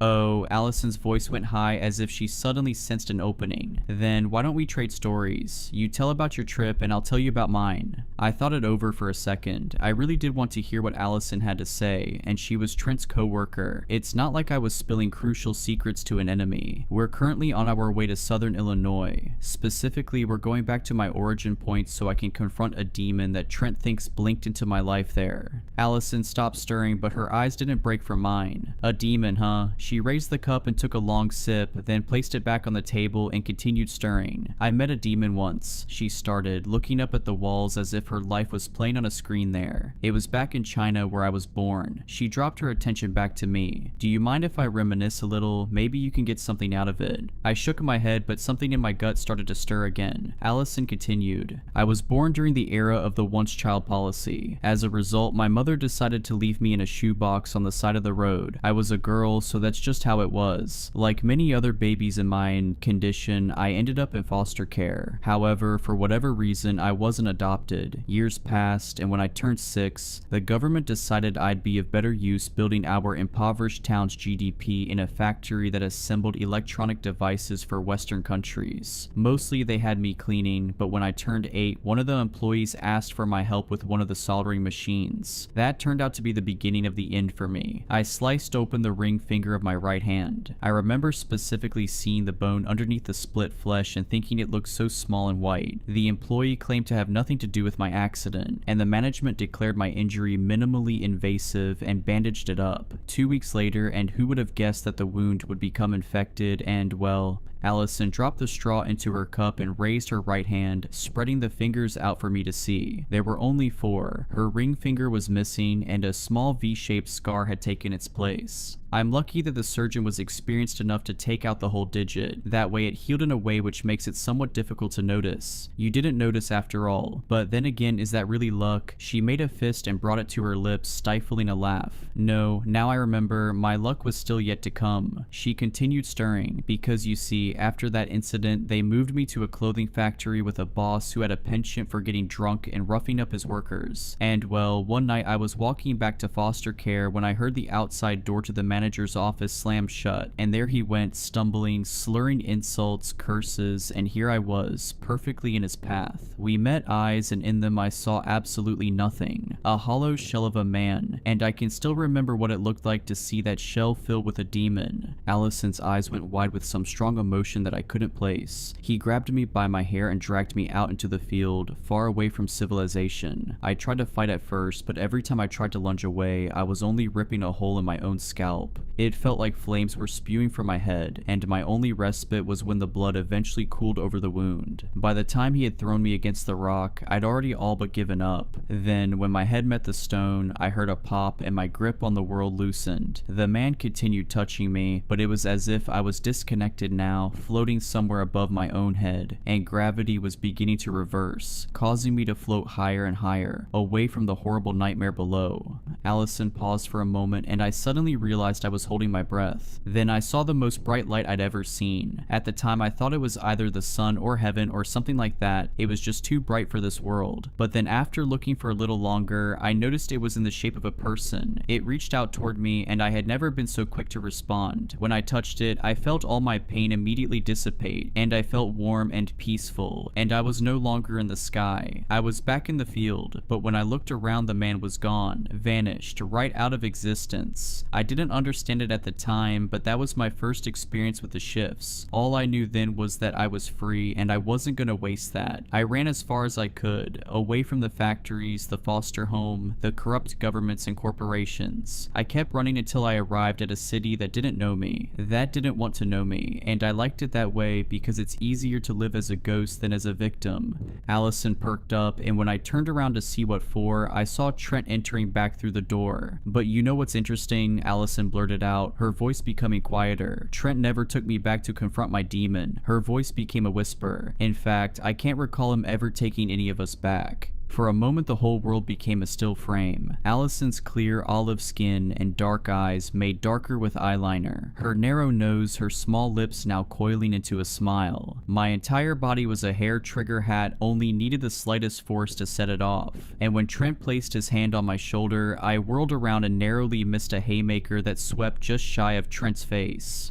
"Whoa, whoa, whoa," he said, and stepped back with his palms up. "It's just me. Is everything okay?" I turned back to Allison, but she seemed different now. Her expression was benign, confused even. "Are you okay?" she asked. We were just talking about where you were off to next," Allison said without a hint of pretense. Okay, well, chat time is over. It's time to go, Trent said and started guiding me toward the door. I turned back and saw Allison mouth some words which I swear I heard, as if they had been directly transmitted into my brain. See you soon, she purred, and she was smiling. The next leg of the trip passed mostly in silence. It was a little over an hour to the storage facility, which was located just south of Chicago. My heart was beating wildly in my chest as I pictured Allison's smile. I wanted to ask Trent if demons could possess antennas, if somehow one of us could become compromised. But then I remembered Allison's words and stopped myself, because I didn't know if I could really trust Trent. I tried to tell myself I could trust him, that it was Allison who was the liar. Her whole persona seemed fake at best and possessed at worst. But then, what if she was telling the truth? What if Trent was the enemy? He sensed my quietness and tried striking up a couple conversations, but I only gave one-word answers. Somehow, our trust was so brittle that a single, well-placed sentence was enough to snap it. When he asked if everything was okay, I lied and said that I just had a headache and needed more rest. So I leaned my head against the stuffed tomato and tried to sleep, even though I knew I wouldn't be able to. We arrived at the facility just as the sun was setting for the night. Trent pulled up to the self-service gate and scanned a card which caused the automatic doors to swing open. We looped down a couple rows of the outdoor units until we came to 48. We're here, Trent prompted, but this time I didn't budge. I felt his eyes on me after he turned off the ignition. Hey, he called, are you awake? I was silent. I heard Trent quietly click open his door, then close it the same way. I waited a few seconds, then turned my head and watched him from the driver's side mirror. He opened the storage locker, then walked inside and turned on a light. It occurred to me then how dimly lit this outdoor storage facility was. There was a weak overhead lantern peeking over every fourth garage like an anglerfish's lure, leaving a large portion of the road not hit by the light bubbles completely dark. I tried to plan my next move. I could leave Trent and run, but where would I go? Or I could stay and see Trent's plan through. There was a chance this was all an elaborate trap. Maybe Trent was working with the demon, or maybe he was the demon. But then why did he save me? Twice. Maybe he was actually a double agent for the organization, but he could easily have captured me by now, unless he needs me to go back to the origin point for a different reason. I considered everything I had learned up until this point. We live at the cross-section of different realms. These other realms interact with our world. Antennas, who are a very small minority of people, can see these interactions. The organization wants to harness our power and create a strong antenna to achieve some kind of universal hegemony. I'm the closest thing to a strong antenna to date. Trent knows this. He's taking me back to my origin point despite not taking the others back to theirs. Trent claims to want to fight the organization. The best way to fight the organization would be with a strong antenna. What if Trent was trying to make me into a strong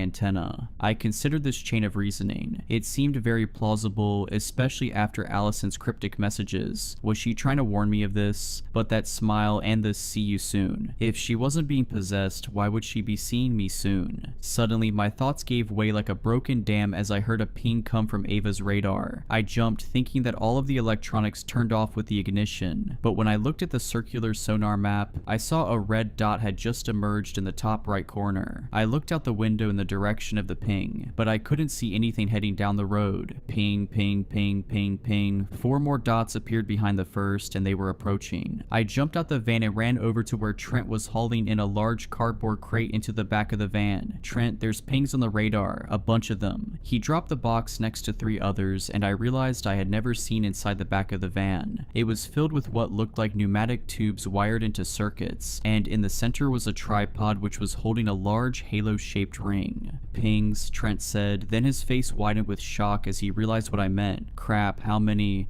5, maybe more now, and they're getting closer. 5. He jumped out the back and ran into the storage locker. I thought he was going to close the door, but when I saw him hauling boxes back toward the van, I yelled at him. What are you doing? I need to load this up for tomorrow. Here. He tossed me his keys. Get it started. Seriously? Trent didn't respond, only kept shuffling boxes into the van. I turned and ran to the door and hopped in the driver's seat. As I was turning on the ignition, I saw the row of bushes that was just outside of the facility begin to rattle. The next sweep revealed a whole sea of pings. I rolled down the window and shouted Trent's name. One more, that's all. Get in the passenger seat. I'll be there in a sec. I scooted over the center console and waited, clutching at the bottom of my pants legs. Just as Trent slammed the rear door of the van shut, I saw the first figure emerge onto the road ahead of us. It looked like some kind of large coyote, though it was hard to tell because it was still 50 meters out. Now detecting 53 controlled agents, Ava said right as Trent jumped in and shut the driver's side door. Net anomalies 53.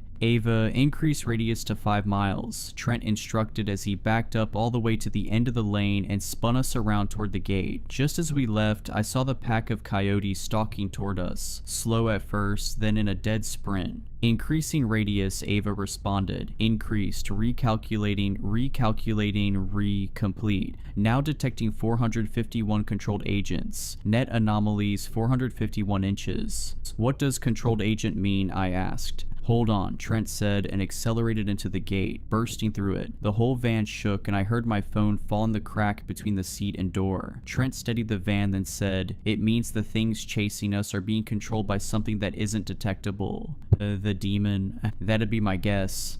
But why can't Ava detect it? Trent switched to the right lane, then merged onto the Interstate South ramp, probably because it isn't trying to kill us. Then what? I looked back at the map and basically had my question answered. All 451 pings were coalesced in a semicircle on one side of the map, the side of the map that we had just come from. Is it trying to force us toward the crash site? It seems that way, Trent answered. Trent, pull over. Huh? Pull over, I yelled. He looked at me, eyes wide. Then he did as I had instructed and pulled off in the middle of the ramp. The red dots slowly closed in on our position. Now detecting... Shut up, Ava, I said. I could feel my blood boiling. I'm not going one step further until you tell me the truth. Why are we going to my origin point? What is your real motive? What do you mean? I already told you. I unlocked the passenger side door. Wait, Trent said and reached out toward me. Just wait. There was silence, except for the pings indicating that the beast behind us had re-encroached on our position to about 50 meters. Okay, I didn't tell you everything, but we don't have time now. I opened the door. Okay, I didn't tell you everything, it's true. I've never done this with anyone else, but the reason is because I never needed to. And if I told you what might happen, you would have refused it. Refused what? This, me, my help. Lauren, I am trying to help you, but you have to understand, it's likely that neither of us are going to live past tomorrow. You're basically confronting a dark entity in a place where I can't protect you, and if you somehow do manage to kill it, you'll be coming back to the fight of your life, because I don't have the power to hide you from the organization. They're going to show up and try to take you. I really don't know how you've lasted as long as you have. Whatever protection you had growing up, it's gone now. And now I'm all you have, and in some twist of fate, you're all I have. Ava reactivated, now detecting 1,117 controlled agents. Proximity till contact, 20 meters, net anomalies, 1,117 inches. I closed my door, but what if I still don't want to go through with it? Trent pointed at the screen. Then we die right here, right now together, because I am 100% certain that if we don't go to that crash site, we're dead anyway. All of us. Another ping rolled through. I checked the side view mirror and saw the swarming pack of dogs reach the van and bound around the rear wheels. I suddenly recalled the conversation I had with Father Martin and the conclusions I had drawn. Father, I've been wrestling with something and I think God wants me to confront it. I think I've been running away and hiding from it for so long that I'd convinced myself it disappeared. Go, I said just as I felt the collision of the coyotes slamming their bodies against the side doors. Trent didn't waste any time stepping on the gas.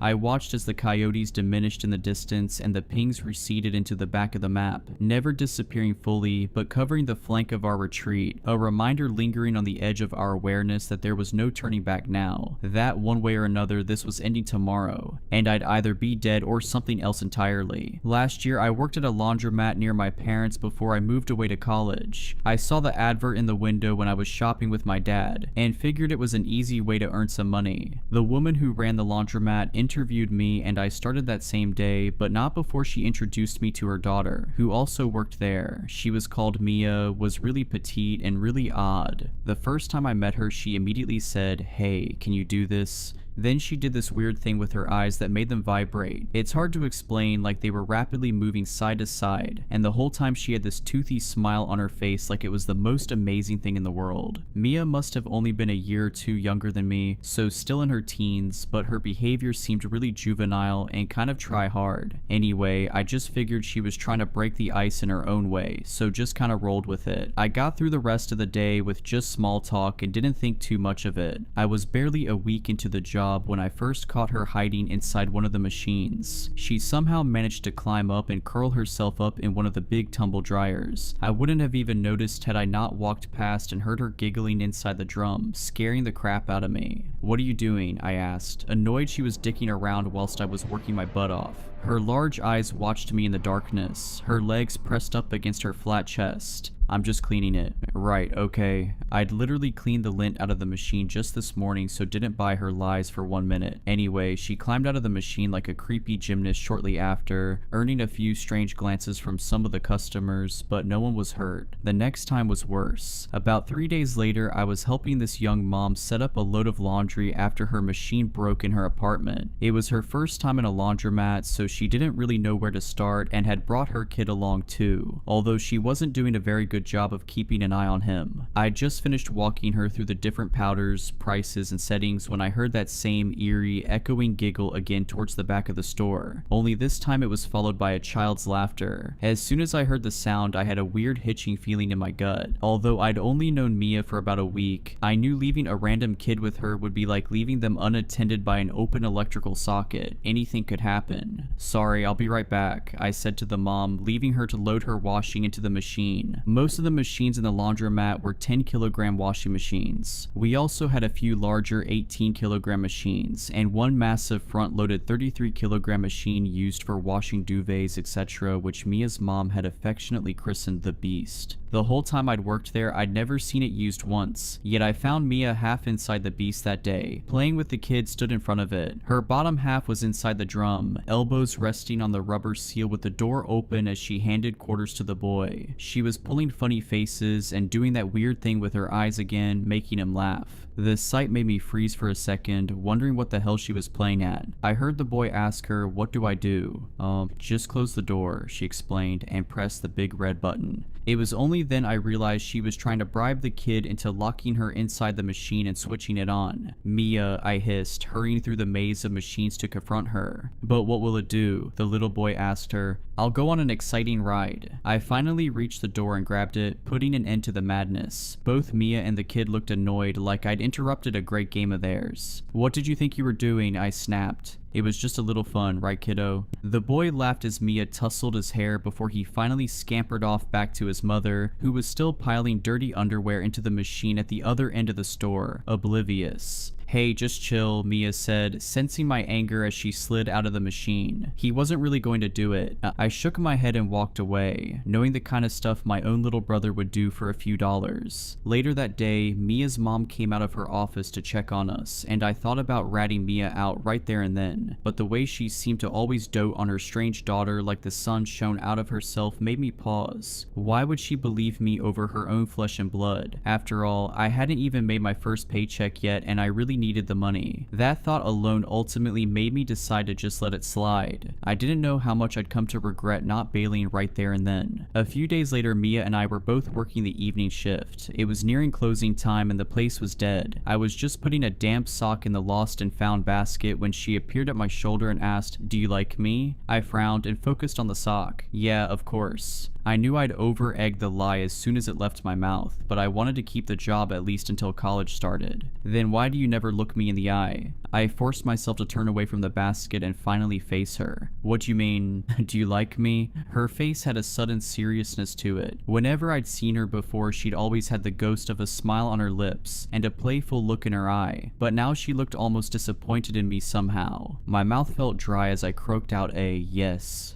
Liar. I felt my awkwardness switch to fear as she did that weird vibrating thing with her eyes again, only this time they seemed to pull mine in. It was like I had tunnel vision all of a sudden. I tried to take a step back, but my legs felt cut off from my brain. Instead, they followed her as she slowly walked backwards towards the row of machines lining the rear wall. Panic set in as I realized she was leading us straight towards the beast. The playful look on her face returned as she sensed my fear. "Don't worry," she said, her voice sounding like it was at the end of a tunnel. "It's just a little fun." Her vibrating eyes never left mine as we reached the huge machine. She opened the door at her back and started to climb in. In my periphery, I saw her arms and legs contort in a nightmarish way. The whole time her head stayed fixed in space, her eyes now the center of my universe. Once she'd crawled inside, her voice called to me from the darkness of the drum. "Close the door and switch it on. Wash cycle, max spin." I felt powerless to obey. I watched as my arms closed the door and programmed the cycle. The panic inside of me rose, making me feel like I'd vomit if I still had control over my body. As my finger hovered over the start switch, I held onto one last sliver of hope. The cycle wouldn't start without money, and I was fresh out of quarters. Yet as she ordered me to start the machine and the button clunked home and the door locked without any complaints, I realized she'd already preloaded the coins. The sick creep had planned this right from the start. I heard the machine fill with water and felt tears spring into my eyes as I realized I was about to watch someone drown to death in the worst possible way. The drum part filled to her chin, but Mia never took her eyes off of me, not even as the machine started to spin. I didn't know if it was the trance-like state she'd put me in, or if her neck wasn't human, but her head filled that thick glass door and never rotated an inch. I remember watching a nature documentary on birds of prey and how owls' heads remain stable in flight to better track their prey, and Mia's face reminded me of exactly that, just this pale, big, black-eyed face staring back at me through the glass. She must have forced me to stand like that, watching her drown for a good half hour, because I remember the floor starting to shake as the machine hit its spin cycle. The drum whirled about her horrid face like an optical illusion, pulling me in and never letting me go until finally, the sudden surge of power caused the lights overhead to flicker. My eyes lost sight of hers for a moment in the darkness, and I blinked for the first time in what felt like an eternity. The top halves of my eyeballs felt like dry gritted glass as they finally slid down on the tears collecting below. Suddenly, in control of my own body again, I flung a hand over my eyes and looked away. I heard Mia calling to me from the machine, trying to get me to look at her again, but I wasn't falling for it. My brain felt foggy and my legs felt drunk. For a split second, I thought about trying to switch the beast off before realizing it wouldn't work mid-cycle, and it'd only release the true monster currently trapped inside of it. Whatever Mia was, clearly wasn't human, and I dreaded to think what she'd had planned for me next. I remember half running, half stumbling past her mom's office door, praying it wouldn't open in case she tranced me too. Thankfully, I managed to stifle my sobs and it stayed shut, leaving me to slip out the laundromat door into the night. I never went back again. When my parents asked why I quit, I told them I needed more time to focus on my studies instead, which seemed to shut them up. A couple of days ago, I finally mustered up the courage to look up the laundromat on Google Maps Street View. I didn't know if I was hoping to see if the store had closed, or if anyone had left any bad reviews complaining about the creepy teenage girl that worked there, but I found neither. Instead, all I saw was what looked like another ad for hire in the window and the silhouette of a small woman with bleached blonde hair staring out the window. I didn't know if that was Mia or just a bored customer, but I closed that browser window real quick. I'd hoped telling my story on here would somehow help me to process it, but now I've told it I don't really feel any better. I still can't use the dorm laundromat because every time I close the machine door, I see her creepy owl-like face staring back at me. I'm either hand washing or buying new clothes these days, which is breaking my bank account. I think I need help. Maybe I should see someone.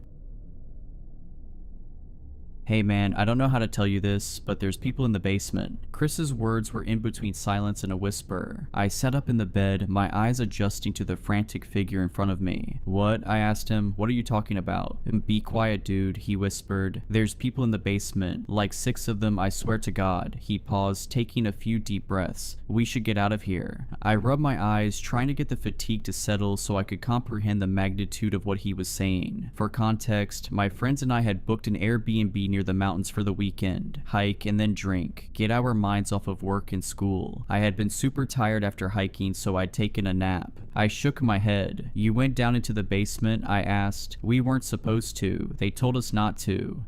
Yeah, dude, I know, Chris continued, but I did it anyway and I saw people down there and we need to leave ASAP. What kind of people? I asked, pretty much fully awake now. You mean the owners of this place? They came back? Chris shook his head. Number not them. Weird looking people, creepy people. I sat up thinking that maybe Chris had taken some of the LSD we'd been saving for the next day. Dude, relax, I told him. Explain exactly what you saw. He laid it out pretty concisely. Despite the fact that the people who had posted the listing had explicitly told us not to go down there, Chris had gotten drunk, gotten curious, and went down there. To his surprise, the door had been unlocked. He couldn't find the light switch, but there was just enough of it coming through the windows for him to be able to make his way down the stairs. Arriving at the bottom, he allowed his eyes a few seconds to adjust, and right in front of him, he could see a small table with about 6 people sitting around it, their outlines illustrated by the afternoon light. At first, his brain rationalized it as large dolls or puppets that had been placed there, but he continued looking at them, and eventually one of them turned their heads to face him. He didn't stick around after that and shot up the stairs, shutting the door behind him. As he told me this, I kind of didn't want to believe him, but there was also absolutely no reason why he'd be lying. He just wasn't that type of guy. Coupled with the genuine terror on his face, I began leaning towards the idea that he was telling the truth, and that were actually a bunch of people sitting silent at a table in the darkness of the basement. I got up and looked out the bedroom window, seeing Jay and Paul standing on the front porch, grilling burgers. Then I looked back at Chris. If you're telling the truth, we need to call the people who own the place. I tried, he said. They didn't pick up. I've sent them texts as well. I shook my head. So what? You think they're dangerous? Should we call the cops? Chris shrugged. I don't know, he said. I don't know if they're dangerous, but they didn't look right and I want to get out of here. For a while, we stared at each other, the general silence of the house becoming progressively more ominous. After a while, I sighed. Yeah, let's get out of here. We grabbed our phones, wallets, the car keys, and moved down the stairs, out of the house as fast as we could. Jay and Paul were laughing, holding beers as we approached them. Paul turned around, pointing a greasy spatula towards us. You guys hungry or what? He asked. Chris began telling them what he'd seen, but it was obvious that they were more than a few drinks deep and not taking anything he was saying seriously. Dude, it sounds like you're tripping, Jay said. Are you sure you're not tripping? I'm being serious, Chris said. I swear to God I'm serious. We need to get out of here now. Well, I'm about 5 beers in, so I ain't driving, Jay said. And I sure ain't letting any of you drive my truck either. Are you sure you just weren't seeing stuff? Fine, I'm walking then, Chris said. I'm not staying here. Look, I'll go down there and talk to them, Paul said, half joking. See what the hell they want. Jay laughed as sheer disbelief washed over Chris's face. I'm not lying, man, he said. I'm not. Yeah, I believe you, Paul said dismissively. I'll go and see what's up. Chris continued to protest, but Paul wouldn't budge and soon he was inside the house, making his way towards the basement. Chris shook his head, his eyes wide, nearly bulging out of his head at this point. Screw this, he yelled, seeming to grow more agitated by the second. I warned you. Before we could say anything else, he bolted, sprinting like a bat out of hell towards the woods. We tried chasing after him but couldn't come close to matching his pace. We stopped, panting for air as he watched him disappear into the trees. What the? Jay asked. Is he being serious? I thought it was a joke. I shook my head. Let's go check on Paul. We ran back to the house, entering to see the basement door wide open. The place was completely silent, but before I could call out, I could hear somebody moving up the stairs. I backed up, unsure of what to expect, how to react, when Paul came out of the darkness, looking somewhat bewildered. He looked at us, shook his head. This is freaky, man, he said. Was he being for real? Jay asked. There's people down there?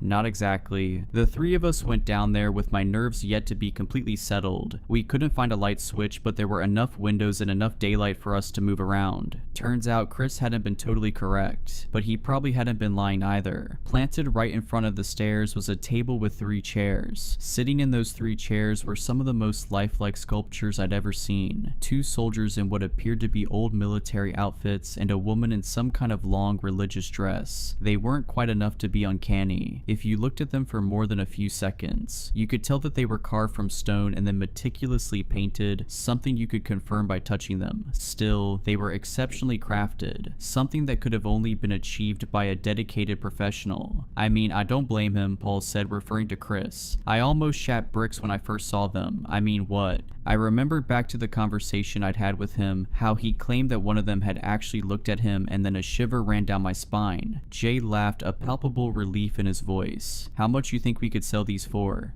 I'm down to take them and find out, Paul joked. On the surface, it made enough sense. The homeowners were in possession of some very valuable items that they stored in the basement, simply forgetting to lock it this time around. Jay and Paul continued looking at them, taking pictures, marveling at how weird it all was. On the other hand, I wasn't so keen on doing so. I wanted to get the hell out of the basement ASAP. The details just weren't adding up. I knew Chris well. If the only thing he'd seen had been these statues, he would not have reacted the way he did. Jay was looking at his phone, smiling at the pictures he'd taken, when suddenly his expression dropped. He put his phone down and looked ahead. "There's another one over there," he said, "in the corner."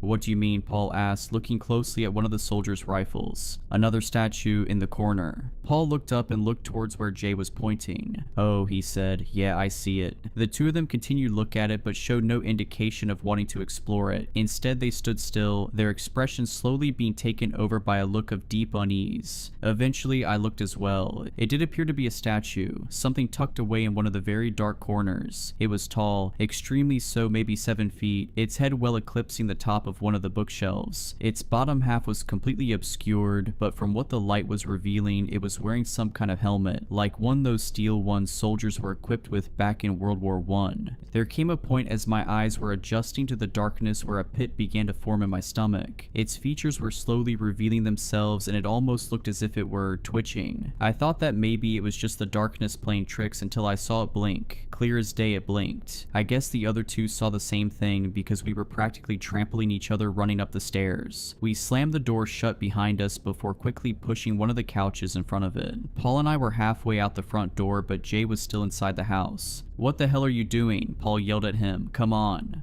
"I need my laptop," Jay said before throwing Paul his keys. "I'll be quick, start the truck." He ran up the stairs while Paul continued to curse at him. "Really, dude, are you serious?" And then I remembered my own laptop, thinking about how annoying it would be if I were to lose it. I looked at the basement door, then at the stairs, then at Paul. "It's gonna take 5 seconds, I said. I could hear him cursing behind me as I ran, jumping 3 steps at a time until I reached my room, darting in and grabbing my laptop from the desk. As I rushed out of there, I saw that the door to Jay's room was shut. I stopped, slowed my breathing. I was almost certain that he hadn't gone back downstairs. I would have seen or heard him. I approached the door. "Jay," I asked, "the hell are you doing?" No response. I looked at the door, but every muscle was frozen, almost as if my body were warning me not to go in. Suddenly, it creaked open just slightly, and I jumped back. "Jay," I asked. Still no response. I couldn't see anything through the crack until my eyes drifted upwards near the ceiling. A pair of eyes looking down at me, large eyes set too far apart on a face with skin that was too pale. I turned and bolted back downstairs as I heard the door swing open the rest of the way. Of course, I didn't look back and ran outside and jumped into the passenger seat of the truck. "Where is he?" Paul asked. "Just drive," I told him. He didn't protest and stepped on the gas, ripping down the dirt road. We continued driving until we reached a rest stop, the first place with other people. By that point, we had both called and messaged the homeowners about a dozen times each. Nothing but radio silence on the other end. We even noticed that the listing itself had been removed from Airbnb entirely. And then we called the police. Somebody answered and I explained the situation as in-depth as I could. The operator listened without interrupting, waited a few seconds, and then asked me for the address. I told it to her. Another bout of silence elapsed before she hung up. After arriving back in the city, we considered reporting it again, but neither of us felt the nerve to do so. We also haven't heard from Chris. We've gone to his apartment and knocked on his door, but nobody answers. I tried to do some research on the place, Googling the cabin's address. One result came up, a website that appeared to consist solely of an album of black and white images of soldiers standing in various places places with dates and addresses written beneath them in small text. I Control F'd and found the address I was looking for. The accompanying photo was of a tall soldier holding a blood-stained hatchet and standing in a clearing surrounded by trees, with the outline of a cabin behind him. The man's skin was pale, his eyes oddly large and set so wide apart that it just didn't look right. There were also 2 dates attached to it, August 17, 1915, and the date that we had first arrived at the cabin. It's been about a week removed from the incident, and Paul and I have both made a mutual decision to drop it, to try and go back to our ordinary lives. But it's been difficult. I keep expecting to receive a phone call from the cops, asking me questions about Chris and Jay, where I'd last seen them. Those guys have family. They probably knew where they were headed and who they'd gone with, and yet nobody's reaching out. It doesn't feel like we're out of the clear here. It doesn't feel like this is over at all.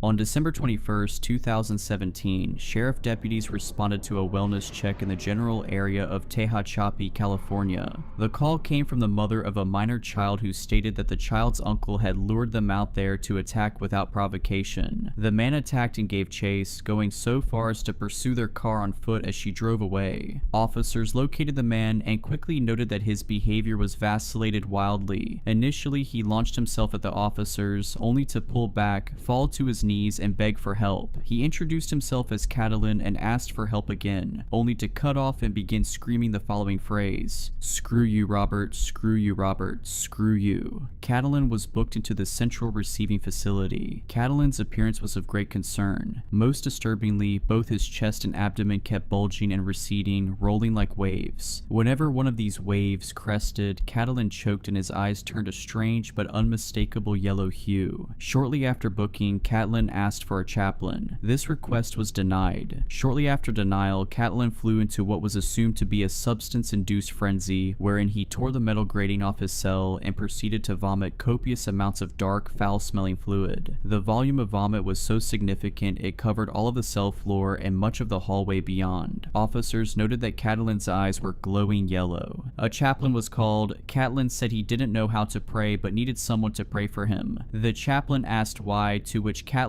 responded that he was possessed. The chaplain asked somewhat doubtfully if Catalyn was hoping for an exorcism. This question incited a hysterical outburst from Catalyn, who repeatedly screamed, "No exorcism, no exorcism. It has to stay inside." Due to prior experience with another agency inmate, a representative from the sheriff's office facilitated contact between Catalyn and an agency representative. After a brief interview, the agency brought Catalyn into custody, where he remains. At this time, Catalyn is the only confirmed case of demonic possession incarcerated at AHHNASCU. Catalyn is a 34-year-old male approximately 5 feet 6 inches tall. One eye is brown and one is yellow. He suffers extensive chronic bruising on his chest, stomach, and back. He has a full-body matrix-like rash that has been described as web-like. Catalyn is pleasant and cooperative, although he suffers from major depressive disorder and severe anxiety relating to the possibility that the entity inside him will escape. He has also expressed severe anxiety over the question of who or what will keep the entity contained once he dies. Given that Catalyn is a essentially biological maximum security prison and that containment of his prisoner aligns with agency directives, he has been granted T-Class designation. Interview subject: the jar of clay. Classification: string. Cooperative / destructible / Gaian / constant / moderate / unknown asterisk. Periodic re-evaluation required. Interviewer: Rachela B. Interview date: December 3rd, 2024. Lying isn't always a sin, but I still don't forgive Robert for the lies he told. Robert lost his life. That's what his mother says. Robert lost his life. That's a lie. Robert didn't lose his life. He stole it from himself, but I get it. Sometimes a good lie is the only tether to your sanity, the lasso keeping your demons at bay. Maybe if Robert had told himself more lies, he'd still be alive, but maybe not, because Robert already lied a lot. Lies like, "I'm okay, you don't have to worry about me, everything's fine." Really, if I could, I'd say, "Screw you, Robert. Screw you for lying. Screw you for hiding. Screw you for letting me love you so much for so long. Screw you for loving me so much for so long." He used to say I was the only person who made him comfortable. Paradoxically, comfort made Robert uncomfortable. Whenever he felt too comfortable for too long, he ruined it. He ruined it for the last time by launching into a gloriously unhinged rant that ended with with him telling me, "You're the only thing that feels like home and I love you so much, but I hate you even more and that will never stop." I don't think he was lying when he said that, why I left. His mom found him 9 days later, broke into his apartment, saw him slumped against his bathroom wall, and immediately took 7 pictures of his body that she texted to me along with the message, "Are you happy now, you freak?" The pictures were bad because he'd been dead for a while, but the decomposition wasn't the worst. The worst was the smallness of him. How flat, how hollow, how empty he looked. Not like there was nothing left, but like there had never been anything at all. His mom barred me from his funeral. I didn't hold it against her. She needed someone to blame, and strictly speaking, I am to blame for a lot of Robert's misery. But at the same time, holy crap, we never dated. We never even tried. We were too enmeshed, too damaged, and we knew each other too well. When you truly know someone and that someone truly knows you, it's not romantic, it's not beautiful, it's just terrifying. And even if that's not true, so what? The last thing Robert ever said to me was, "You're the only thing that's ever felt like home and I love you so much, but I hate you even more and that will never stop."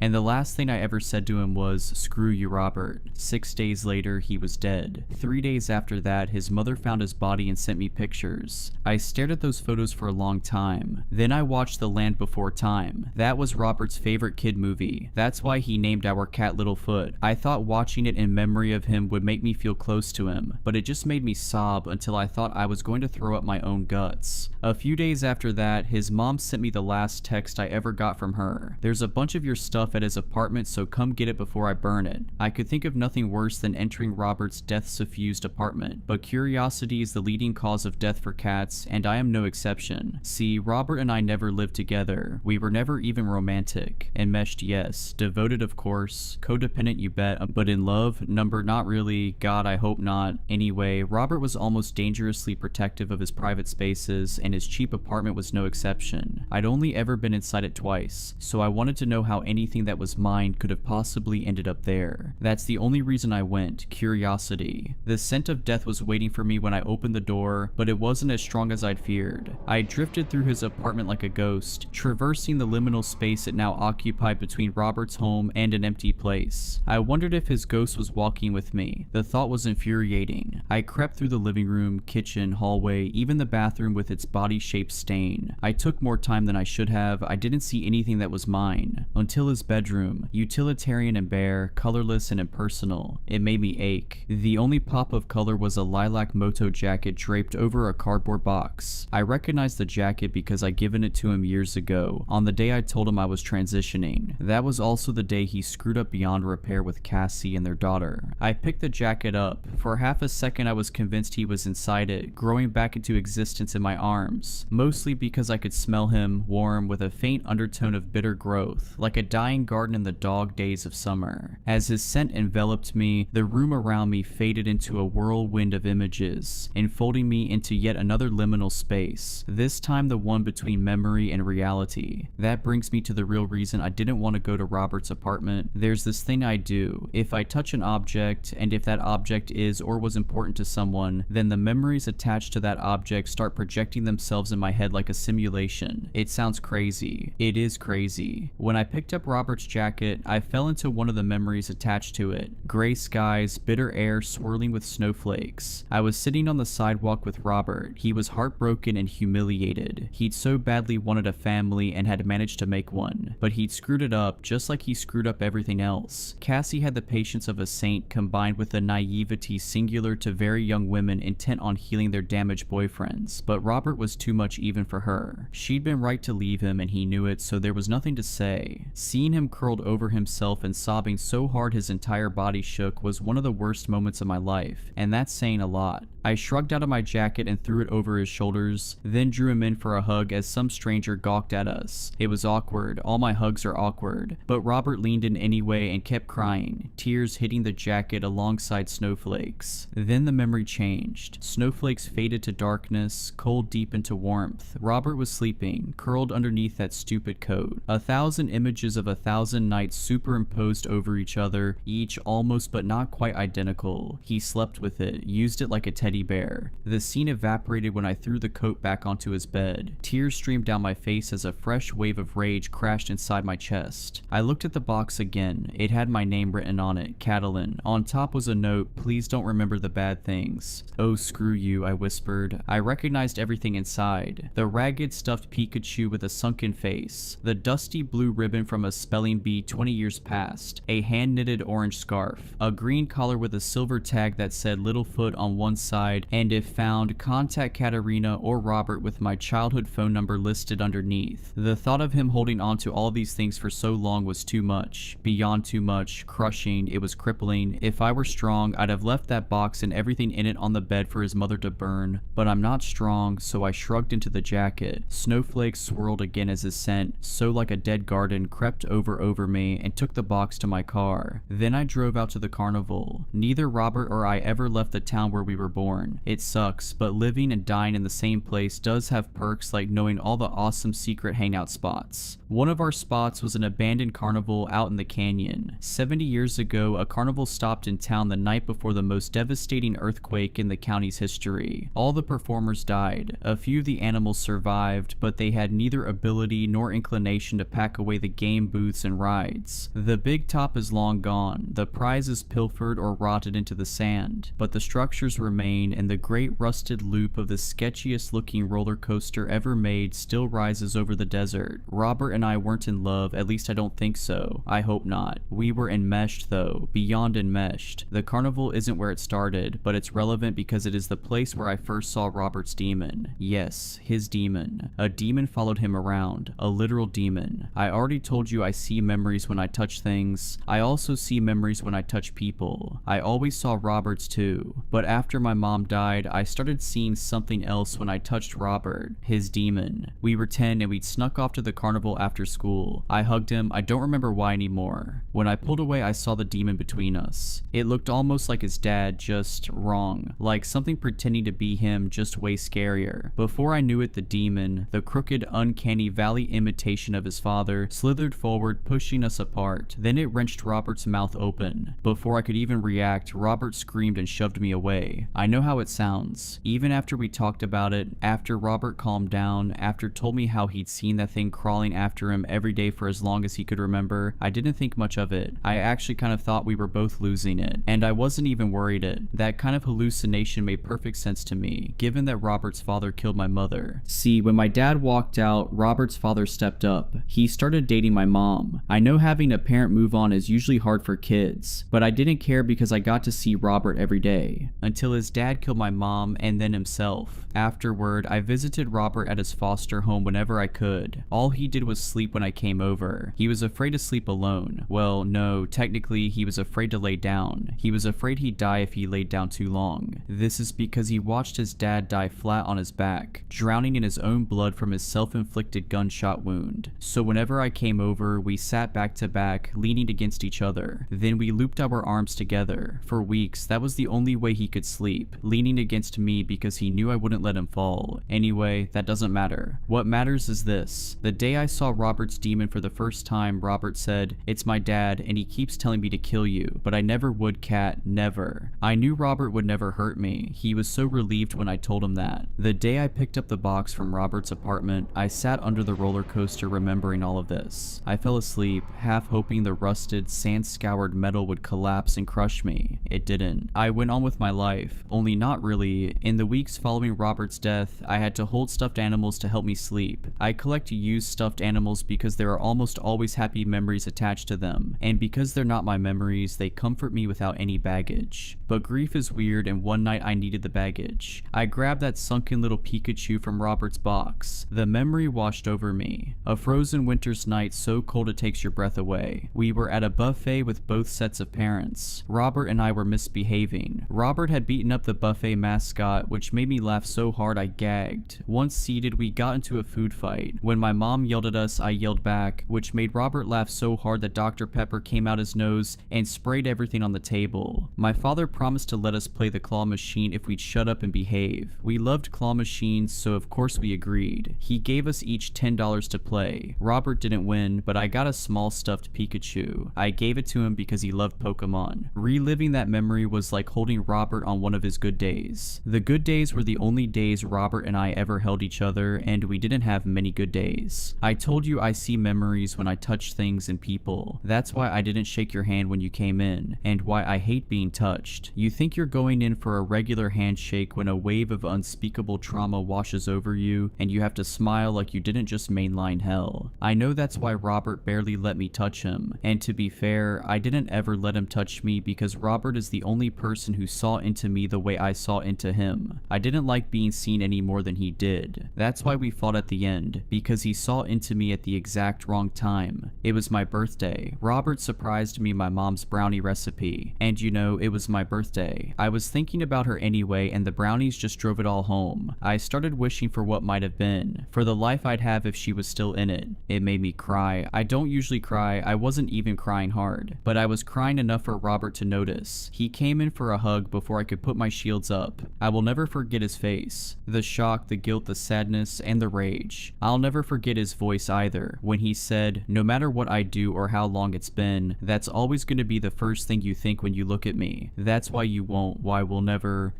That's not why, Robert. I don't really know how we got from "that's not why" to "you're the only thing that ever felt like home and I love you, but I hate you even more." But we did. That's another reason I know lying isn't always a sin, because if Robert hadn't seen the truth in me that day, I think he would still be alive. The night after I held the Pikachu, I watched The Land Before Time again. It made me remember Littlefoot, our cat. That made me go back to Robert's box and pull out Littlefoot's collar. It's my favorite memory of all time, which is why I can barely stand to remember it. We were 6 years old, playing in the yard on a golden, impossibly hot day. We heard a pitiful, tiny meow and followed it to the alley behind my house. It was suffocatingly hot even in the shade where we saw the meower, a little gray cat. Robert named him immediately, and we went to bug my mom for a collar. She took us to buy a collar and even a name tag. It was a little green heart. Robert tenderly clasped it around Kitten's neck as it clambered into his lap, purring. I looked up. There, in the memory I knew so well, was something I had never seen before. Robert's demon, grinning at us across the yard. But instead of looking like a wrong version of Robert's dad, it looked like a wrong version of Robert. I dropped the collar back into the box, gasping like I'd just been plunged into ice water. I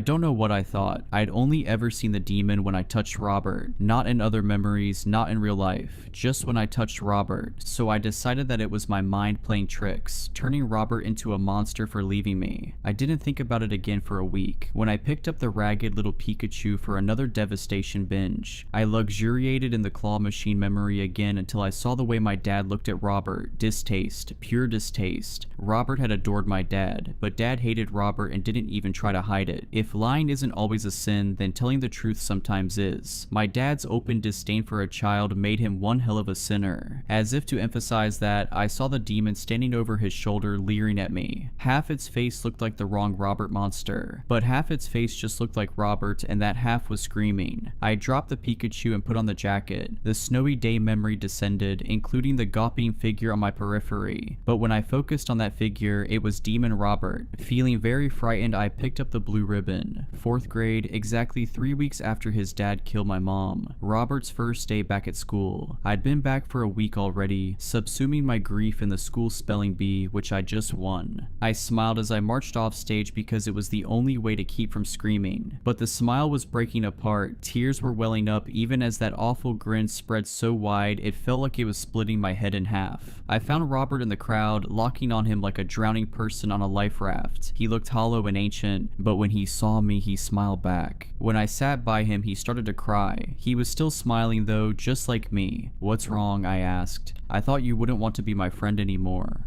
"Why?" "My dad said so. After he died, he told me it's all my fault." I hugged him with particular fierceness, then pinned my ribbon onto his shirt. "You're my best friend, Robert. That will never stop." No lie. No lie. As the words left my mouth, I saw the demon over his shoulder, half monster, half screaming Robert. I dropped the ribbon and picked up the scarf. I'd knitted it for him when we were 11. He wore it until junior high. I found myself transported to his foster home 20 years ago. We were on his narrow bed, sitting back to back with our arms looped and the scarf draped across both our shoulders. Cat. His voice reverberated through his back and into mine. "I'm so scared. I see my dad every night. He keeps telling me to kill you." I looked over and saw Demon Robert in the closet. One half of his face was grinning, the other was screaming. Gasping, I tossed the scarf away and picked up the last thing in the box. A picture of his daughter Sadie. I recognized that picture. It had held pride of place on every bathroom mirror Robert had since the breakup. Why was it in my box? Surely he meant for Cassie to have it, or even his mom. Why me? I looked at that photo for what felt like a long time. Then I picked it up. The memory I saw was of Robert's suicide. He'd been holding it when he killed himself. When he lost his life. As I stood over his bleeding body, screaming, something crawled out of him. A thing that looked like him, but like a broken version of him. A version of him with half a face that was his, and half a face that was a demon. Before I could move, that thing took my hands. The touch calmed me down because I knew that touch. Whatever else this thing was, it was at least partly Robert. That was enough to make me hug it. "Help Sadie," he whispered. His voice was wrong but familiar, just like the rest of him. "I can't keep it away from her, but you can. You're a jar of clay. You hold everything in and never let anything out." Unbidden, an image rose to mind of Sadie. Sadie with a face that was half hers and half grinning monster. It made me want to scream. How do I help her? By remembering the treasure, he said, and putting the bad things in and not letting them out. Then he was gone, and so was the memory. I was back in my room, clutching his daughter's baby picture and sobbing. He used to call me that, a jar of clay, some religious reference. His dad was pretty religious before, well, you know, I asked him to explain it once. He said a jar of clay is an everlasting receptacle, both for treasure and for things that need to be locked away. "That's you," he said. "It's a good thing, I promise."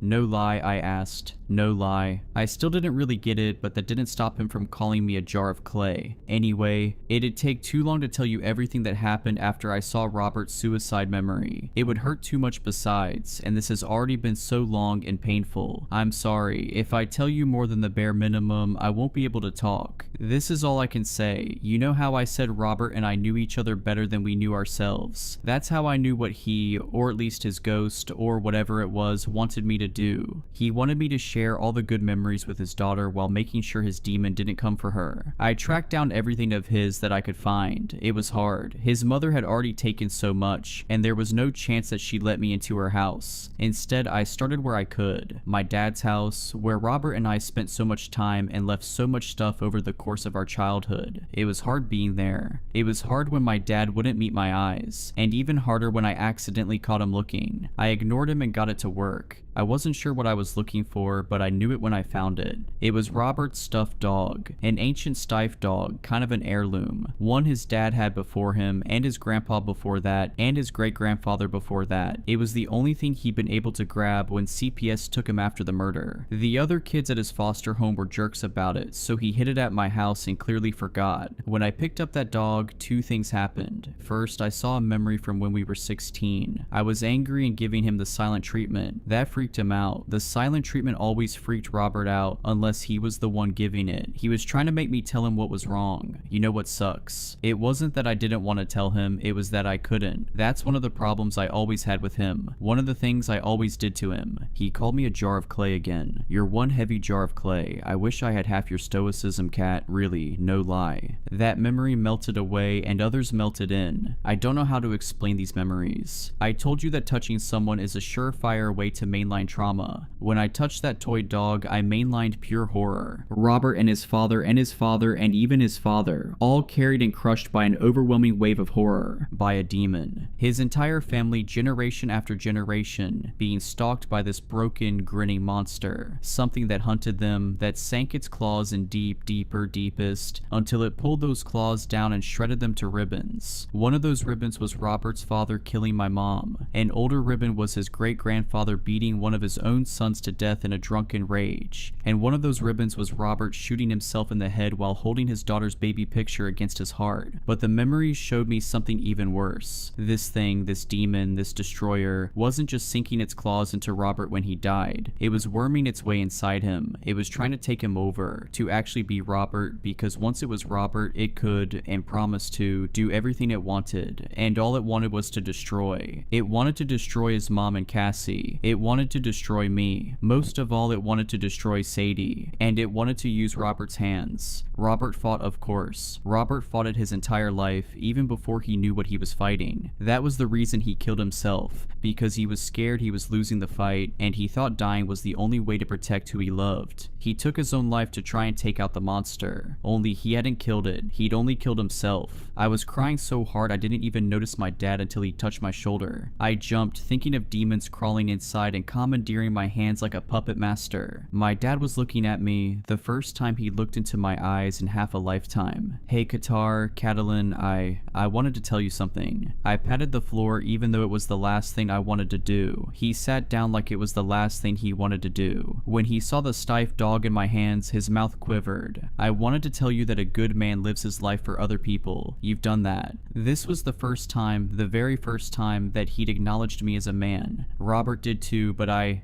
didn't. His voice got thick. I wasn't a good man. I'm sorry. I'm so sorry, baby. He was right. If any of this was anyone's fault, it was his for leaving. I wanted to push him away. I wanted to spit in his face, to tell him he wasn't a good man, had never been a good man, would never be a good man, that he'd as good as killed my mother. Instead, I grabbed his hands. I understood instantly that I didn't have to tell him any of those things, because he already knew. You are Dad. To my horror, I started to sob. So did he. You're a good man, you always were. You're the best father anyone's ever had. It was a lie, every last word. But lying isn't always a sin. After that, I went to Cassie's house. I lied about grabbing Robert's things for his mother, but she wasn't fooled. The only person Robert's mom hates more than Cassie is me. That's probably why she let me in. But Cassie's always been good, that why. It's why I've never been able to hate her, even when I desperately wanted to. Once again, I didn't really know what I was looking for until I saw it. A Build-A-Bear I'd bought Sadie for her 6th birthday. I looked around to make sure Cassie wasn't watching, then picked it up. Robert's memory, he and Sadie sitting on the floor. If I ever scare you, or if there's something you don't ever want to tell me or your mom, you tell Uncle Cat, okay? He'll do anything to help you. He'll always keep you safe. I know, Daddy. Demon Robert crept up beside me. Together we watched his memory. He didn't look like a demon anymore, not even half of one. He just looked like Robert. I can't be you, Cat. I wish I could. I wish we could have been. But it ate me and it'll eat her. I thought I could save her, but I was wrong. You thought you could save me, but you were wrong. You can save her for me.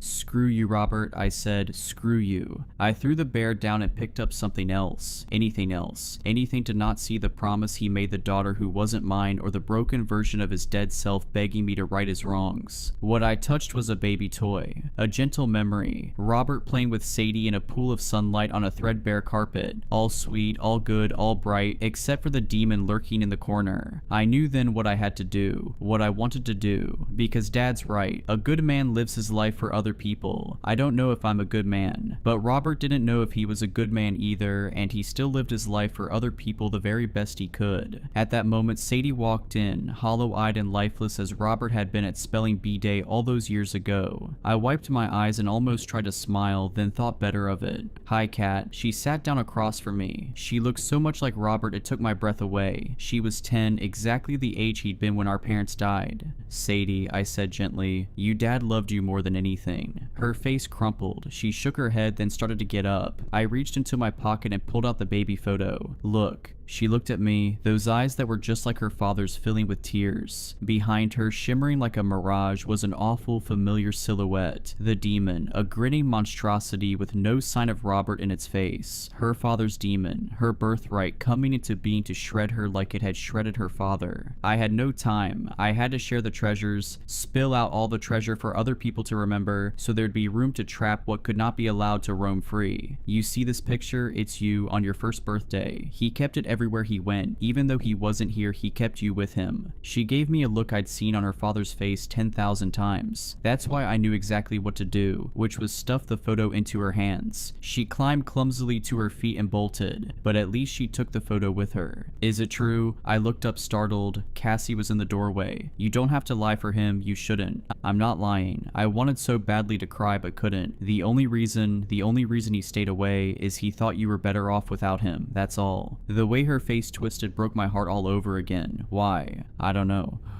You're the only one he ever talked to.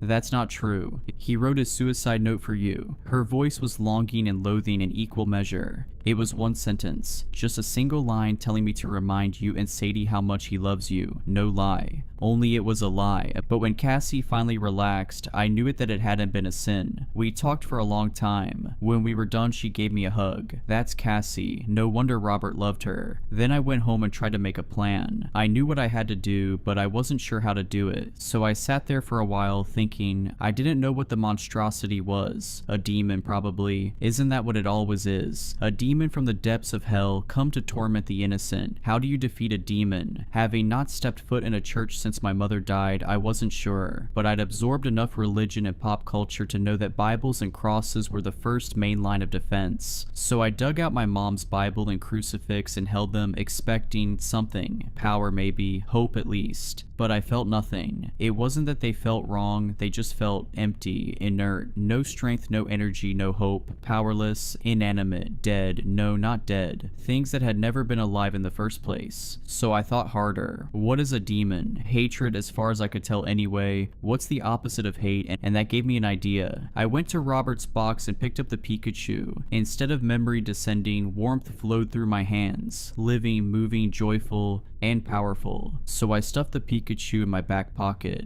I pinned the spelling bee ribbon over my heart. I shrugged into the lilac jacket, heavy and reassuring on my shoulders. Most importantly of all, hanging from a chain where a normal person might wear a saint's medal, was Littlefoot's name tag. It felt warm and powerful in the hollow of my throat. These things felt right, they felt strong, and they felt true. Not exactly the stuff of which the armor of God is made, but they were reminders of the truest, fiercest love I've ever received and ever given. And that was armor enough.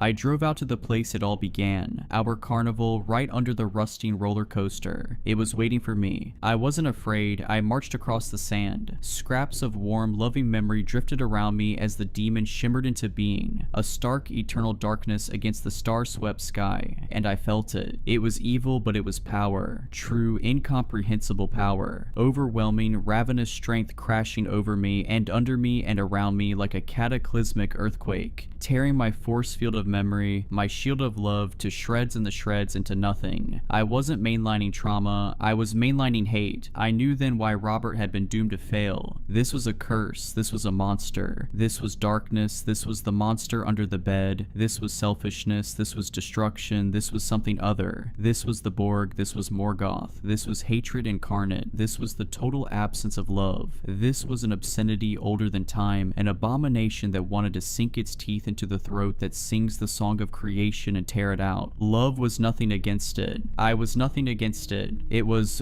going to win, and its prize was worse than death, to take me over and use my hands to destroy. And it was all Robert's fault, as his demon's true form bore down on me, swelling and billowing across the sky, blotting the stars and laying bare the folly of my plan. Terror overwhelmed me, and despair, and hatred. But I didn't want to die that way. Not in the dark, hating the person I loved more than anything in the world. Without thinking, I cupped Littlefoot's name tag in both my hands. Warmth swallowed me, and light, and it was summer afternoon, and Robert was tenderly clasping the collar across our kitten's neck. You're not a stray anymore, he says. You belong to us now, Littlefoot, and we love you. The abomination slammed into me with the force of a tsunami right as Robert looped his arms through and pressed his back to mine. And then we really were 10 years old again. A lifetime rewound. A lifetime to relive and do everything right so he and I and everyone would finally be okay. My mom would would live and we would save his dad. We had time. All I had to do was wait until the darkness passed through me and moved on. Only it wasn't passing through me. It was hitting something hard, something solid and piling up, clinging to me, filling me, suffocating me, drowning me, and it was because of Robert. Because Robert was holding on and blocking it, keeping it inside me, keeping it from going away. Then it was done. Robert let go. When my knees gave way, he caught me and helped me to the ground. Only it wasn't Robert. It couldn't be Robert. Robert was dead. Only when I turned to look, his eyes were staring into mine. Not his eyes. Sadie's. What?